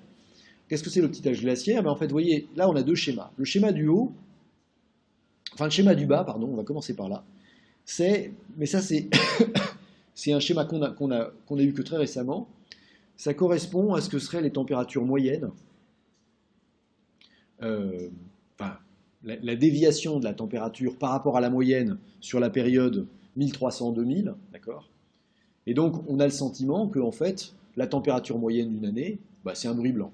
C'est un bruit blanc, c'est-à-dire c'est un processus stochastique avec pas d'autocorrélation et une espérance et une variance, une espérance égale 0 et une variance constante.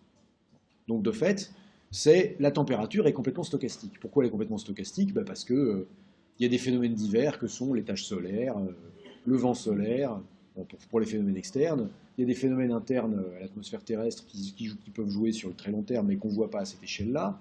Mais il y a aussi que, je sais pas quoi, une météorite, une grosse météorite, ça va faire des particules qui vont faire de l'ombre.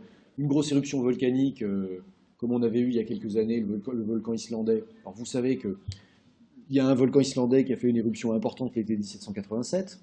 Donc ça a eu un effet sur le climat. Et donc si vous voulez, en fait, ça a l'air d'un bruit blanc parce que tout simplement, c'est aléatoire au sens où on peut définir l'aléa. Et justement, on définit l'aléa en 1780. Ça vous dit quelque chose, le démon de Laplace? Vous savez, Laplace, donc je reviens à Laplace, qui en plus de faire des recensements, a quand même beaucoup théorisé les probabilités.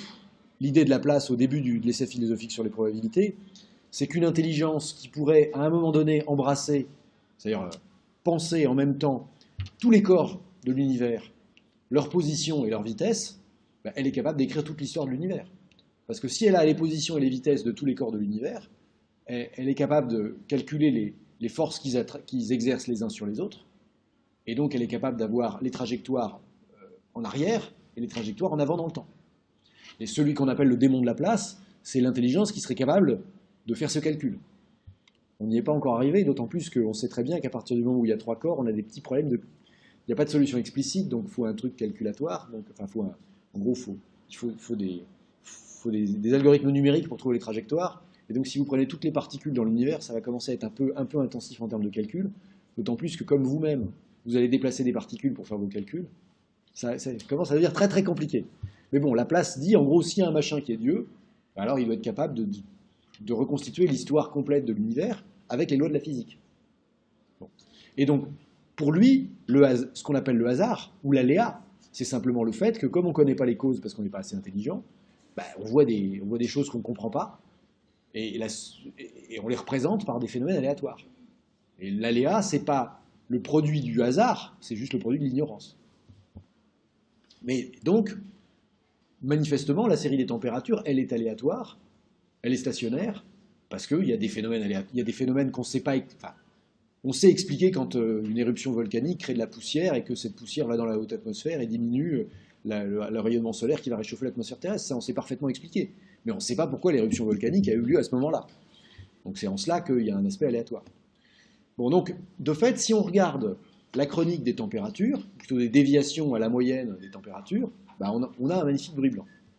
Mais chose amusante, en fait, jusqu'à cet article de Morgan Kelly et Cormac O'Grada de 2015, en fait, les historiens travaillaient plutôt sur une moyenne mobile des températures. Et là, la moyenne mobile des températures, elle a l'air cyclique. Elle a l'air cyclique, et en particulier, elle a l'air d'enregistrer une forte baisse à la fin du XVIIe siècle, donc justement au moment de l'éruption du volcan islandais, ou bien au milieu du XVIIe siècle. Et ça correspond à, en gros, ce qu'on a appelé le petit âge glaciaire, c'est toute la période entre, vous voyez, on a un pic qui est en gros au moment de l'épidémie de peste en 1430, on a un pic, et puis ensuite ça baisse en moyenne jusqu'en 1600, après on a des fluctuations très fortes, et puis à partir de 1900, en gros ça remonte, ça rebaisse, et puis ça remonte. Bon. Et donc, pendant très longtemps, on a considéré que justement cette baisse de la température à partir du premier tiers du XVe siècle et jusqu'à la fin du XIXe, c'était une période climatiquement anormale qu'on a appelée le petit âge glaciaire, et on a considéré que ça devait jouer un rôle dans les problèmes de subsistance parce que le changement des conditions climatiques aurait finalement dégradé la productivité des terres. Et donc aurait contribué à la surpopulation qui est toujours un phénomène relatif à la productivité. Alors l'intérêt donc de l'étude de Kelly et d'Ograda, c'est de montrer qu'en fait, ce petit âge glaciaire est probablement un artefact statistique. C'est probablement parce qu'on fait une moyenne mobile sur 25 ans, et ça fait apparaître des hauts et des bas. Mais si vous faites votre moyenne mobile sur 50 ans, ou sur 5 ans, vous n'allez plus avoir cette périodicité, ce cycle va disparaître. Ça, c'est ce qu'on appelle un effet Slutsky. Pourquoi un effet Slutsky ? Parce que Slutsky, que vous connaissez déjà, parce que effet revenu, effet de substitution, en fait, ça vous dit, en micro, vous avez vu les effets de revenu et les effets de substitution, et on vous a dit que c'était Slutsky qui avait, dans un article de 1915, fait la première décomposition analytique de ça. Mais il se trouve que Slutsky, ensuite, il s'est mis à faire essentiellement de la macro des cycles, et ce qu'il a montré, c'est qu'en fait, si vous prenez un processus aléatoire, et que vous le filtrez, par exemple avec une moyenne mobile, vous allez engendrer des cycles. Mais en fait, sans le filtrage, il n'y a pas de cycle, il y a juste le processus aléatoire. Donc typiquement, il y a ce qu'on voit en bas, et avec le filtrage, il y a typiquement ce qu'on voit en haut. Et donc, alors, modulo quand même le fait que la température moyenne en 1400, on n'est quand même pas très à l'aise sur la qualité de la mesure. D'accord ? Donc on a quand même un problème qui est que la série d'entrées, on ne sait pas très bien ce qu'elle est. Mais il est tout à fait possible que le motif petit âge glaciaire, ce soit un pur artefact statistique. Question, mais alors est-ce qu'il n'est pas possible aussi que le réchauffement climatique, ce soit un pur artefact statistique, de la même manière ? Ou un coup de quelques années successives où la température augmente ? De fait, si on est un peu laplacien, tout est question de proba. L'année prochaine, vous allez vous régaler à faire de la théorie des tests, et donc vous pourrez effectivement vous demander si oui ou non le réchauffement climatique est un artefact statistique. Ce qu'on peut dire quand même, c'est que si on considère que les températures sont un processus aléatoire, la probabilité qu'on ait observé la séquence d'accroissement des températures moyennes qu'on observe depuis le début du XXe siècle, c'est pas tout à fait zéro, mais c'est 0, pas grand-chose. Donc c'est possible que le réchauffement climatique, ce soit juste une succession de hasards divers. Mais la probabilité que ce soit juste ça, plutôt que la concentration des gaz à effet de serre dans l'atmosphère, qui augmente donc la capacité de l'atmosphère à conserver la chaleur du Soleil, cette probabilité elle est quand même très faible. Et donc, de fait, il est très vraisemblable que la bonne explication du réchauffement climatique, ce soit l'effet des gaz à effet de serre. Fermez la parenthèse. Bon, alors, on n'a rien de concluant avec cette affaire d'effet de Slutsky. Mais en revanche, ce qui apparaît quand même, c'est que c'est qu'en gros, manifestement, la crise du XVIIe siècle, elle va avoir trois causes. On a une logique générale de pression démographique, et cette logique générale de pression démographique, c'est une constante de l'histoire humaine. Alors, on a vu que la peste de 1430 avait permis de relâcher la soupape, et puis on a d'ailleurs, la première chose qui avait permis de relâcher la soupape, c'était l'effondrement de l'Empire romain. Enfin, en Europe, ou de mémoire d'œuvre. Avec les invasions barbares, la population se maintient à un niveau assez bas, et puis à partir de l'an 1000, enfin probablement 900, la population commence à augmenter. Au début du XVe siècle, on est arrivé à un niveau de population qui n'est pas compatible avec les méthodes culturales. Donc les gens ont faim et sont fatigués. Résultat, première épidémie, boum, ça rase, ça tue le tiers de la population. On repart sur de bonnes bases, tout le monde va mieux parce qu'on mange plus, parce que finalement le capital est plus productif. Et le travail est plus productif, le travail est plus productif du fait qu'il y a plus de capital par tête. Nouvelle croissance démographique, puisque comme on est au-dessus du niveau de subsistance, la population peut augmenter. C'est le mécanisme ricardien habituel. Et puis ce qu'on voit, c'est que à la fin du XVIe ou au début du XVIIe, la population a augmenté suffisamment vite pour qu'on soit à nouveau face à un problème de méthode culturelle. Donc soit on change les méthodes, ça va être l'objet de la révolution agricole, soit on a des problèmes. Et ce qui se passe, c'est qu'en gros, dans les pays où on ne change pas les méthodes, on va avoir des problèmes. Enfin, on va avoir des problèmes partout au début, et puis ils vont se concentrer dans les pays où il n'y a pas de changement de méthode. Et dans les pays où on va changer les méthodes, on va voir la grande divergence se matérialiser, c'est-à-dire essentiellement dans les pays anglophones au départ. Oui. C'est un peu un problème qu'on a aujourd'hui aussi, qui commence à apparaître. Et qui fait plus que commencer à apparaître, parce que... il n'y a pas généralisé encore. Voilà. Mais voilà. Le deuxième facteur, c'est qu'il y a des pays où ça va plus mal que dans d'autres. Mais il est certain que sur la planète, la pression démographique devient importante. Elle est particulièrement importante dans certains pays, au Soudan par exemple, où on a eu manifestement des difficultés alimentaires. Et puis on a vu en 2008, juste avant le déclenchement de la crise financière, qu'il y a eu des émeutes de la faim dans certains pays. Si vous prenez un pays comme l'Égypte, où à peu près 80% de la population dépend de l'aide alimentaire, il va de soi que l'équilibre alimentaire est très précaire. D'autant plus qu'il y a une croissance démographique qui n'est pas négligeable. Bon, donc de fait, on est revenu à un niveau de difficulté, mais qui ne se traduit pas seulement sur l'alimentation, parce que pour nous, il y a des tensions sur les ressources hydriques, il y a des tensions sur les ressources en hydrocarbures. On vient d'avoir quand même 2 mois d'ébullition en France, à cause des prix du pétrole, enfin du gasoil. Donc de fait, on a la question de l'accès aux ressources, elle dépasse simplement les ressources alimentaires. Pardon ? Le fond est que... Oui. Le fond est que quand la population augmente, manifestement, la population a tendance à augmenter plus vite que la production de ressources, parce que rendement décroissant. Et donc, soit il y a des innovations techniques qui vont permettre de lever le problème, soit il n'y a pas d'innovation technique et il y a un moment où on ne va pas s'entendre. Voilà, et de ce point de vue-là, c'est un éternel recommencement. Et la politique, ça sert à trouver des solutions. Mais alors, ce qu'on voit, c'est quand même qu'il y a des pays qui s'en sortent plus mal que d'autres, et de manière évidente, les pays qui s'en sortent plus mal que d'autres, dans ceux qu'on a vus, c'est l'Europe du Sud, et ceux qui vont s'en sortir plutôt mieux que les autres, c'est l'Europe du Nord. Bon, donc la question, ça va être pourquoi est-ce que les pays d'Europe du Nord s'en sortent mieux que les pays d'Europe du Sud. Et puis enfin, il y a une controverse sur l'effet du climat. Aujourd'hui, il n'y a pas beaucoup de controverses parce qu'on est à peu près sûr qu'on est sur une trajectoire de réchauffement climatique dont on sait que ça va avoir des effets différenciés selon les pays. Mais au XVIIe siècle, cette affaire de petit âge glaciaire, c'est pas clair du tout. Bon. Il faut savoir que la thèse existe et que ça obsède les historiens du climat.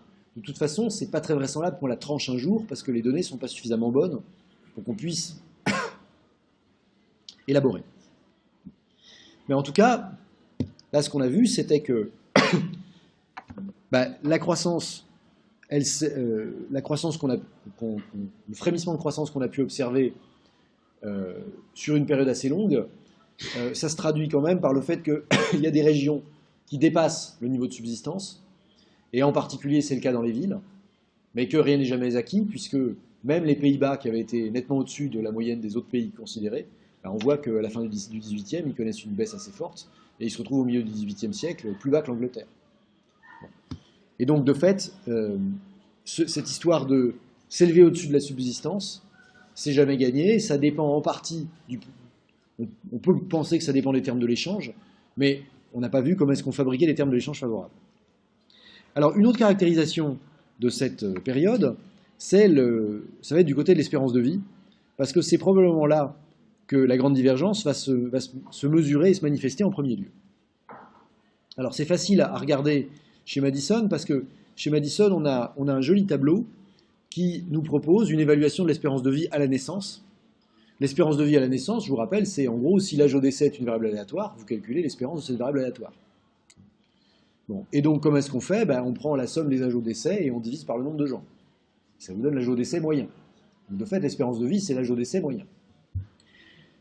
Bon, qu'est-ce qu'on voit? On voit que dans l'Égypte romaine, en gros, au 1er siècle après Jésus-Christ, on avait une espérance de vie à la naissance de 24 ans, et que c'est à peu près l'espérance de vie à la naissance qu'on a en Angleterre au XIVe et au début du XVe siècle, et que c'est à peu près l'espérance de vie qu'on a en France au milieu du XVIIIe siècle.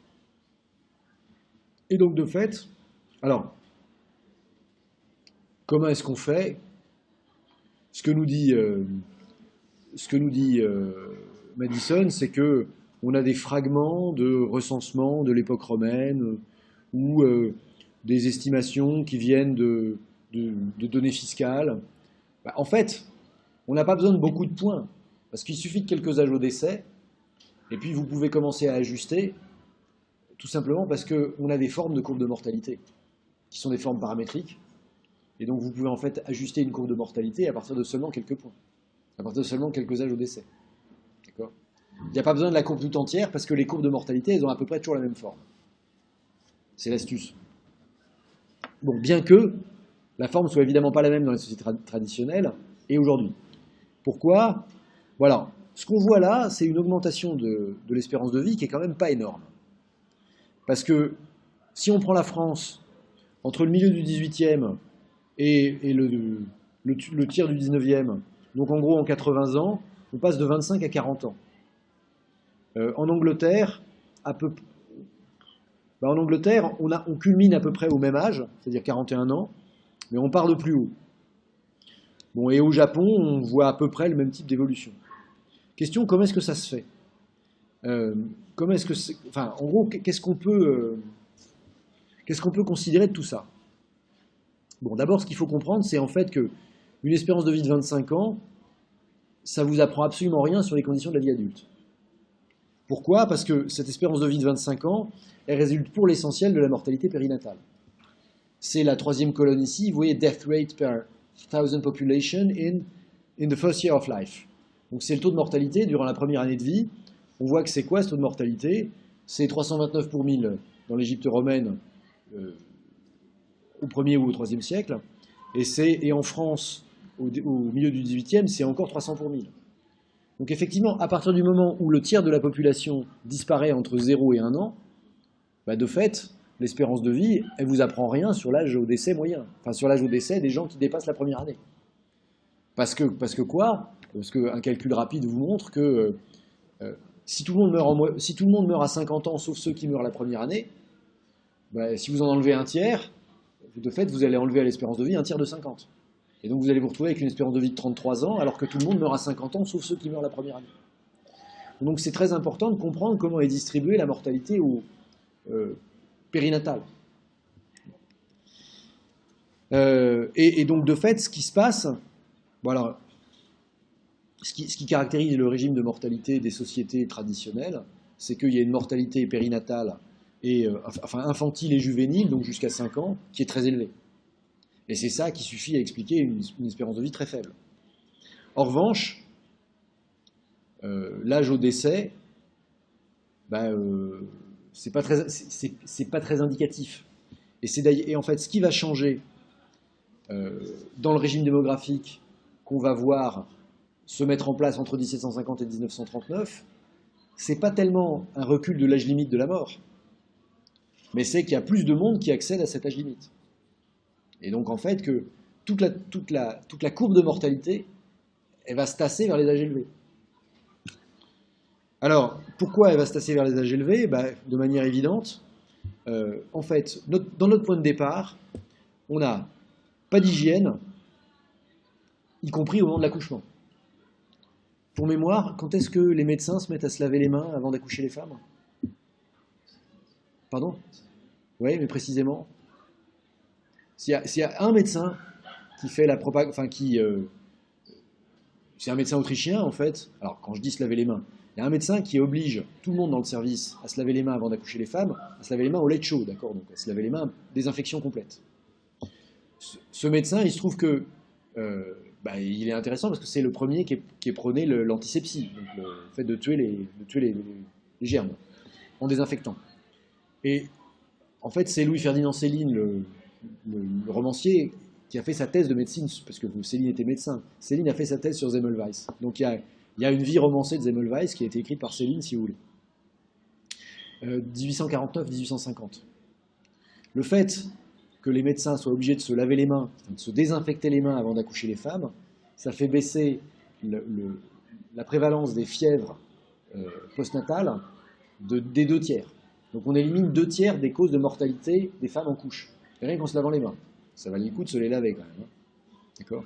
Parce que ça veut dire aussi qu'on élimine les 2 tiers des causes de la mortalité infantile.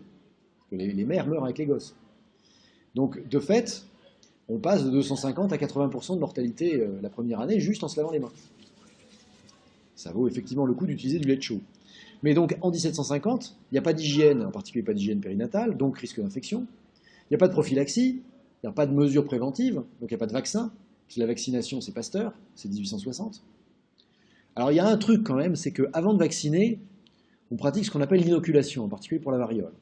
C'est-à-dire que, en fait, c'est une méthode qu'on a pris des Turcs, des Ottomans, qui donnaient la variole aux petits-enfants, pour qu'ils attrapent la variole petits, et en gros, s'ils doivent en mourir, qu'ils en meurent à 6 mois, plutôt que d'en mourir adultes.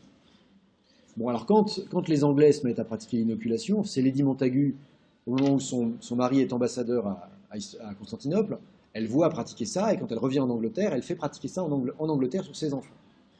Donc en Angleterre, ça crée pas mal d'émoi. En Europe continentale, il y a un vrai débat. Il y a un débat scientifique fort intéressant, essentiellement entre Daniel Bernoulli et d'Alembert. Daniel Bernoulli, c'est pas le Bernoulli des variables de Bernoulli, d'accord? Parce que le Bernoulli des variables de Bernoulli, c'est Jacques, et Jacques, c'est l'oncle de Daniel. Puisque Daniel, comme vous le savez, c'est le fils de Jean. Bon, et puis après, il y a encore d'autres générations. Mais, donc le Daniel Bernoulli, qui est le meilleur matheux de l'équipe, hein, c'est le plus fort, le Daniel. Il fait une théorie mathématique de l'inoculation, et il montre quoi? Il montre que, en gros, si vous inoculez, en fait, vous allez gagner de l'espérance de vie, parce que une partie de la population va mourir très jeune, mais le reste va pouvoir vivre beaucoup plus longtemps. Et il fait un calcul d'espérance de vie, et il montre combien d'espérance de vie on gagne. Et surtout, ce qui est extraordinaire, c'est qu'il dit, en gros, il faut accepter de perdre de l'espérance de vie au début pour en gagner après. Et donc, il fait un raisonnement où il explique qu'il a une aversion pour le risque négative. Voilà. Bon, alors, le problème, c'est qu'il n'est pas suivi par grand monde. C'est-à-dire que tout le monde se dit, bon, il fait des bons calculs, mais on ne va pas se mettre à inoculer massivement. Donc, il n'y a que dans la bonne société où se pose la question de savoir si on inocule ou pas, mais comme c'est aussi le moment où on commence à s'attacher aux enfants en tant qu'enfants, c'est... j'entends, regardez la peinture de la fin du XVIIIe, mais c'est le moment où il se met à y avoir des portraits d'enfants, des portraits de famille avec les enfants. Et donc, on se met à avoir des sentiments pour les enfants et à ne pas vouloir les perdre. On aurait inventé l'inoculation au XIVe siècle, je pense que ça aurait posé de problème à personne. De toute façon, si les enfants disparaissent, on les refait, d'accord? On leur donne le même prénom, et puis voilà, c'est une pratique courante au Moyen-Âge. De toute façon, comme on sait qu'on va perdre un tiers des enfants la première année, et probablement 50% des enfants avant qu'ils aient atteint 5 ans, c'est tout à fait dans l'ordre des choses que d'en refaire. Puis, de toute façon, il n'y a pas de méthode contraceptive. Donc voilà. Bon, mais au début de notre période, on n'a pas vraiment non plus de prophylaxie. Alors que ce qu'on voit, c'est qu'en 1939, on a des vaccins contre la diphtérie, on a des vaccins contre la rage, on a des vaccins y compris contre des maladies infectieuses. Et la peste, me direz-vous? Eh bien la peste, comment ça se soigne la peste? Ça se soigne avec des sulfamides. Et depuis quand est-ce qu'on utilise les sulfamides? Qui est l'inventeur de la thérapie aux sulfamides? Bon, qui était Biarritz? Parce que, en fait, à Biarritz, au-dessus du jardin public, il y a une rue mystérieuse qui porte le nom d'Ernest Fourneau. Et donc, vous voyez, rue Ernest Fourneau, pharmacien célèbre. Pour moi, quand j'étais enfant, ce truc était une espèce de plaisanterie. Parce que qu'est-ce que ça veut dire? Qu'est-ce que c'est qu'un pharmacien célèbre, concrètement? Il se trouve qu'en fait, Ernest Fourneau, c'est le mec qui a inventé la sulfamidothérapie. Donc, c'est le type qui a eu l'idée d'employer des produits, ce qu'on appelait à l'époque la chimiothérapie d'ailleurs, d'utiliser des produits chimiques pour tuer des bactéries. Et donc, depuis la fin des années 20, on peut soigner la peste par un traitement antibiotique à base de sulfamide. Bon, la raison pour laquelle vous n'avez probablement jamais entendu parler d'Ernest Fourneau, c'est que ce pauvre homme il parlait allemand, il a fait l'essentiel de ses études en Allemagne, et quand les Allemands sont arrivés en 1940, il était très content que les relations économiques et touristiques et culturelles avec l'Allemagne soient simplifiées. Il n'a pas vu le mal. En revanche, en 1944, on lui a expliqué qu'il avait fait le mauvais choix. Et donc, il est devenu rétrospectivement un collaborateur, alors qu'il ne collaborait pas plus entre 1940 et 1944 qu'il avait collaboré entre 1890 et 1940. Mais il se trouve que c'était plus admissible. N'empêche que ce mec-là avait quand même inventé la première grande famille d'antibiotiques. Bon, et puis vous savez qu'en fait, la deuxième grande famille d'antibiotiques qui a été inventée par Fleming en Angleterre un peu après, c'est la pénicilline. Et c'est sur la base de la pénicilline d'un côté et de... Enfin, la pénicilline, pourquoi c'était important la pénicilline? Qu'est-ce que ça permettait de guérir?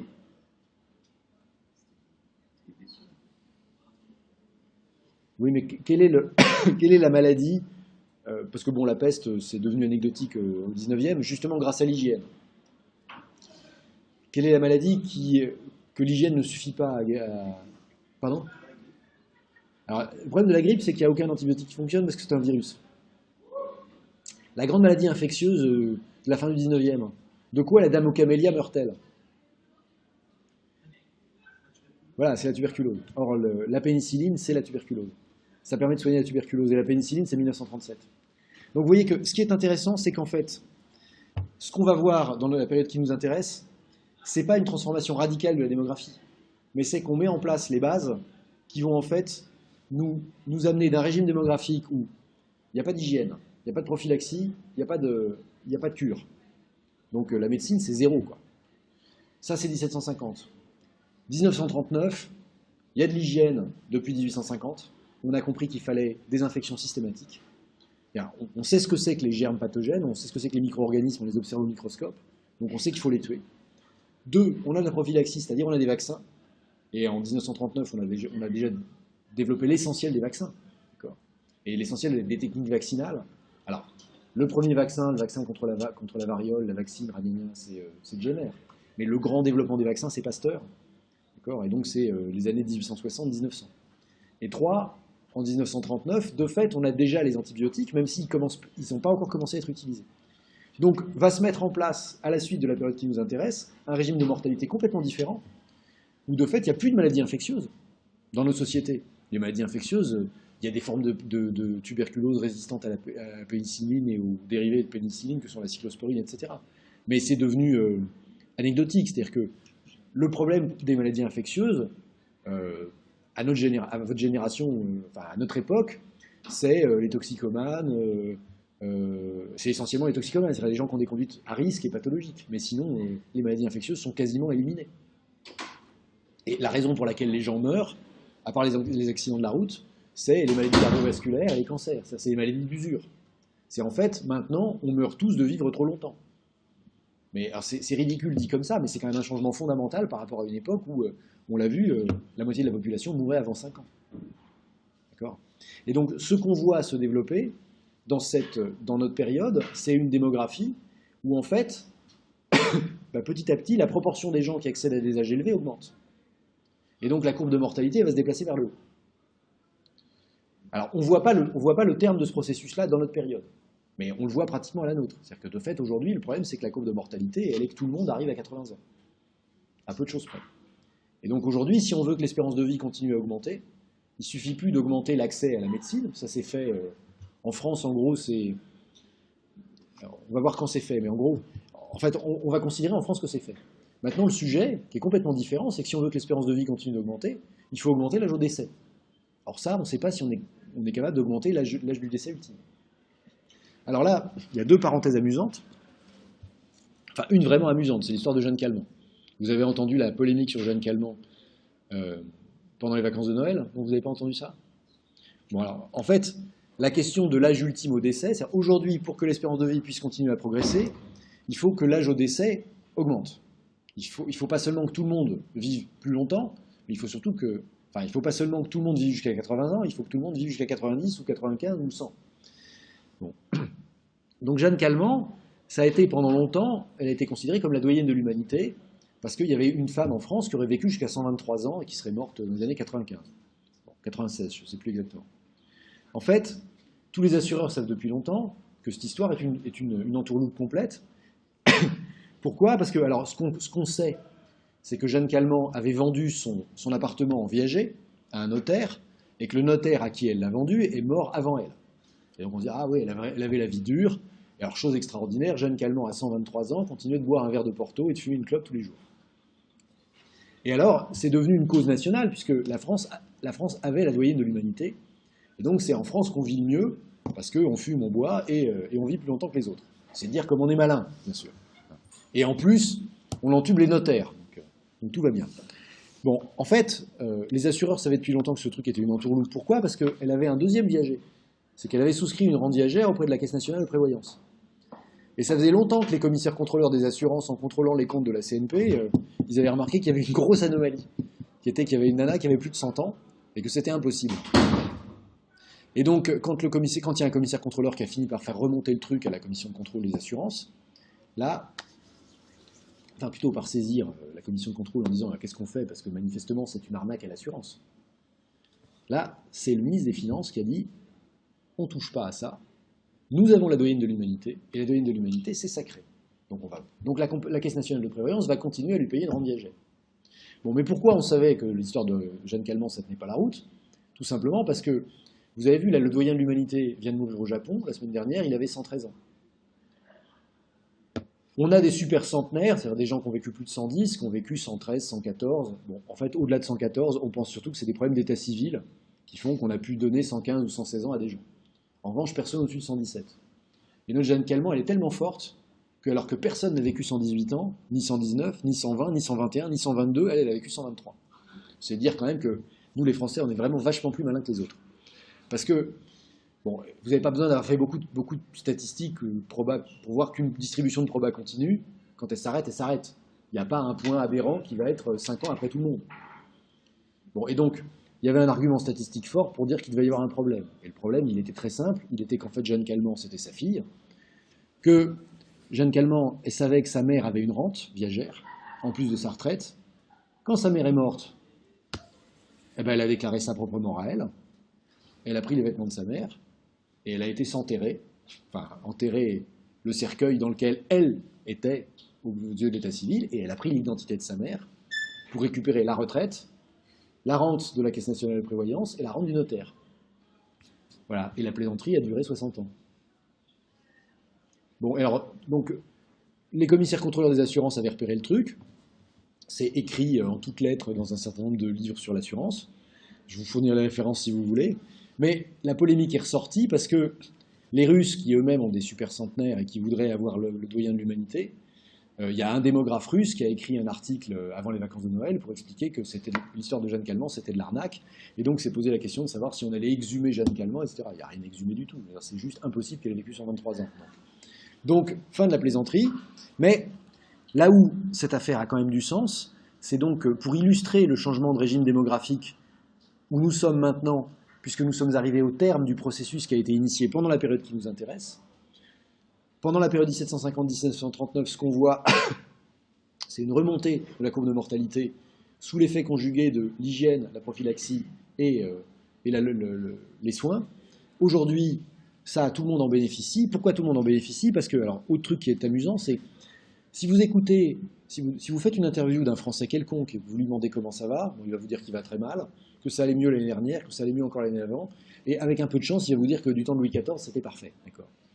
Bon, et en fait, quand vous regardez l'accès aux soins, typiquement, l'accès aux soins est le truc le moins démocratique qui soit.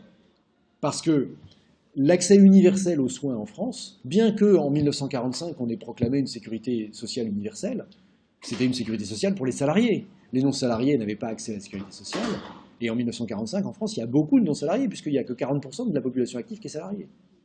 Donc l'idée qu'en 1945, on a un accès universel à la médecine, c'est juste une erreur. Et en fait, l'accès universel à la médecine, il n'est complété en France, par exemple, qu'avec le vote de la couverture maladie universelle, c'est 1999. L'accès universel de droit. D'accord ?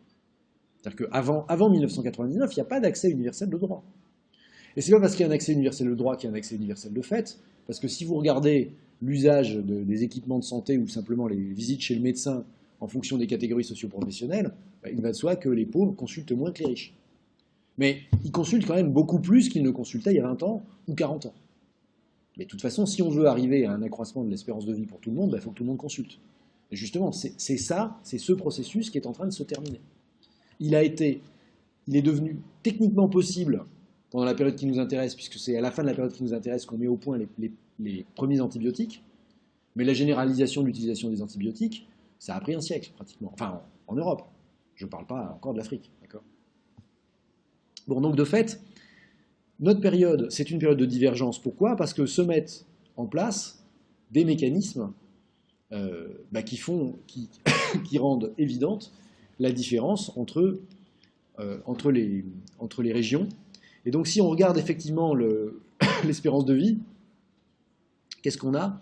On a que pendant la période qui nous intéresse, vous voyez que, alors si on prend les données de Madison, on a dit en 1850 en France, on est probablement autour de 25 ans. En 1950, on est arrivé à 65 ans. Et si on prend la Suède, en Suède, en 1820, on est déjà à 40 ans, comme au Royaume-Uni, et en 1950, on est arrivé à 70 ans. Donc de fait, l'histoire qu'on raconte, c'est que l'espérance de vie est multipliée par 2,5 en France, et multipliée par pratiquement 2 en Suède et au Royaume-Uni, pendant la période qui nous intéresse, alors que quoi ? Alors que si on considère, par exemple, la Russie, en Russie, on est passé là aussi de 24, en 1950, on est à 65 ans, donc c'est la même chose. Mais si on prend le Brésil, en 1950, on est encore à 45 ans d'espérance de vie. Si on prend le Mexique, on est encore à 50 ans d'espérance de vie. Si on prend l'Inde, on est encore en 1950 à 32 ans d'espérance de vie. C'est-à-dire que l'Inde, en 1950, est encore dans l'état de la France de la fin du XVIIIe. Pour une raison très simple, qui est simplement le niveau de la mortalité infantile. C'est juste ça qui fait la différence. Puisque le reste, on a vu, c'est pas encore mis en place en France. Et donc de fait, cette grande divergence, on a vu qu'elle se mesurait pas tellement sur la population, beaucoup plus sur le PIB par tête et de manière spectaculaire sur l'espérance de vie, puisqu'en fait, il y a des pays qui sont restés au niveau d'espérance de vie où la France, où les pays européens étaient au début de la période, et il y a des pays qui ont vu leur espérance de vie doubler ou plus. Bon. C'est d'autant plus spectaculaire que ce doublement, on n'a pas été capable de le reproduire. C'est-à-dire que l'espérance de vie en 1950, 65 ans en France, aujourd'hui on est à 80 ans, donc on a augmenté de 15 ans. Mais entre passer de 25 à 65 et passer de 65 à 80, c'est évidemment pas du tout la même chose. Et ça illustre bien le fait que donc on a fait l'essentiel de l'augmentation de l'espérance de vie pendant cette période-là. Alors si vous voulez vous intéresser un peu au mécanisme de l'espérance de vie, sur le site j'ai mis un fichier Excel qui permet justement de comprendre un peu comment ça fonctionne. Donc il est là mon fichier Excel. Est-ce qu'on peut le voir? Oui.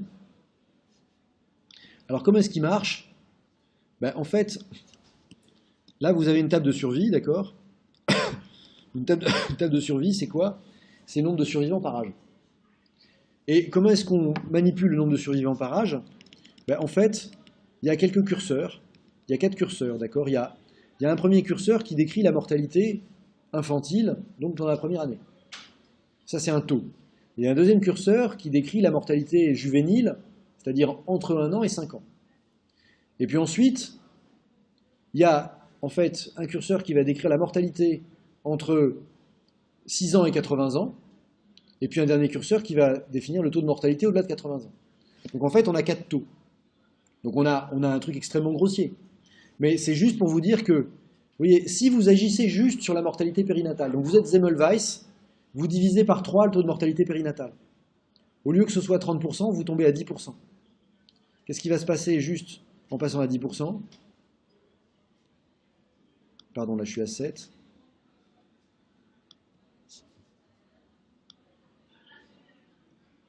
9, 10. Ben, notre espérance de vie, elle est passée de 26 à 34 ans. Donc il suffit de se laver les mains pour gagner 7 ans d'espérance de vie. Si ensuite, vous agissez sur le reste, et donc votre taux de mortalité pour les juvéniles, il tombe lui aussi à 10% par an, enfin pardon, sur 12% sur la période, bah, rien qu'avec ça, vous êtes à 41 ans d'espérance de vie. Et donc ensuite, vous n'avez pas besoin de travailler beaucoup sur le... Enfin, en gros, vous voyez, pour l'essentiel, le passage de 24 à 45 ans, c'est uniquement la mortalité périnatale et juvénile qui a un impact de pratiquement 100% sur l'espérance de vie. Et après, il suffit de travailler sur la mortalité aux grands âges, vous voyez, ça n'a pratiquement pas d'impact. C'est-à-dire que ça n'a même pas un an d'effet sur l'espérance de vie.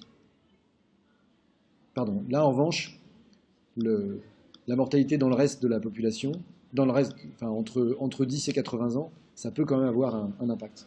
Mais vous voyez donc que, en fait, ce qu'on fait, c'est qu'on passe d'un régime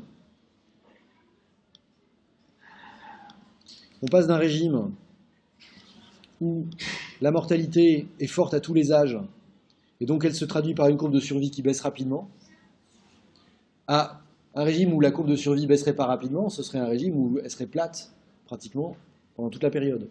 Et donc ça, on va obtenir ça comment ? Avec une mortalité infantile quasi nulle. On va garder 1% quand même, titre symbolique, pour se dire qu'il y a quelque chose. Est-ce que je vais y arriver ?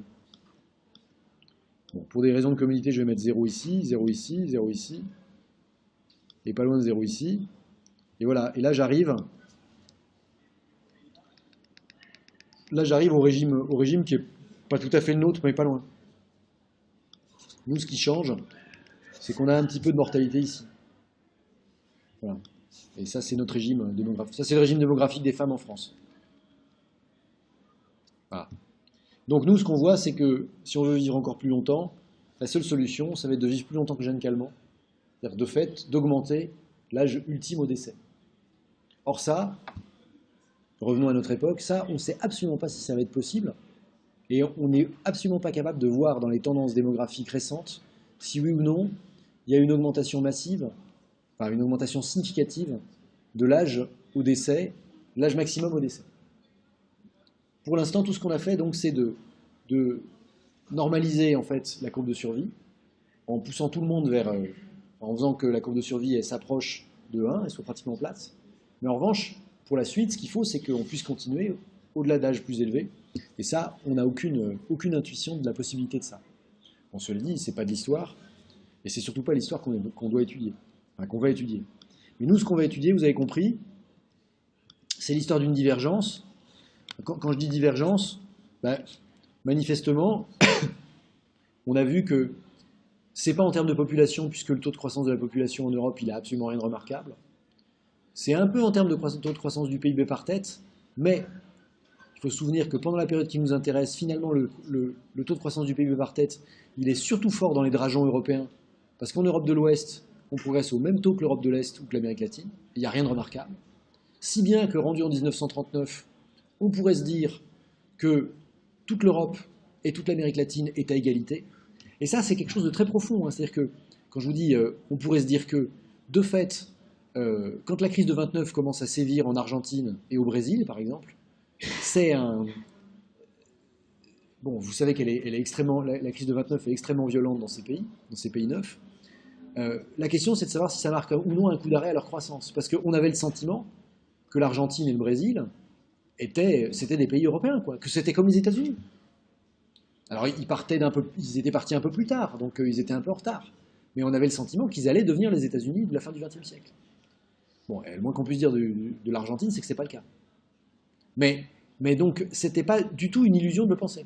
Et de la même façon, on pensait que la Russie était sur la même trajectoire. Parce que le même taux de croissance.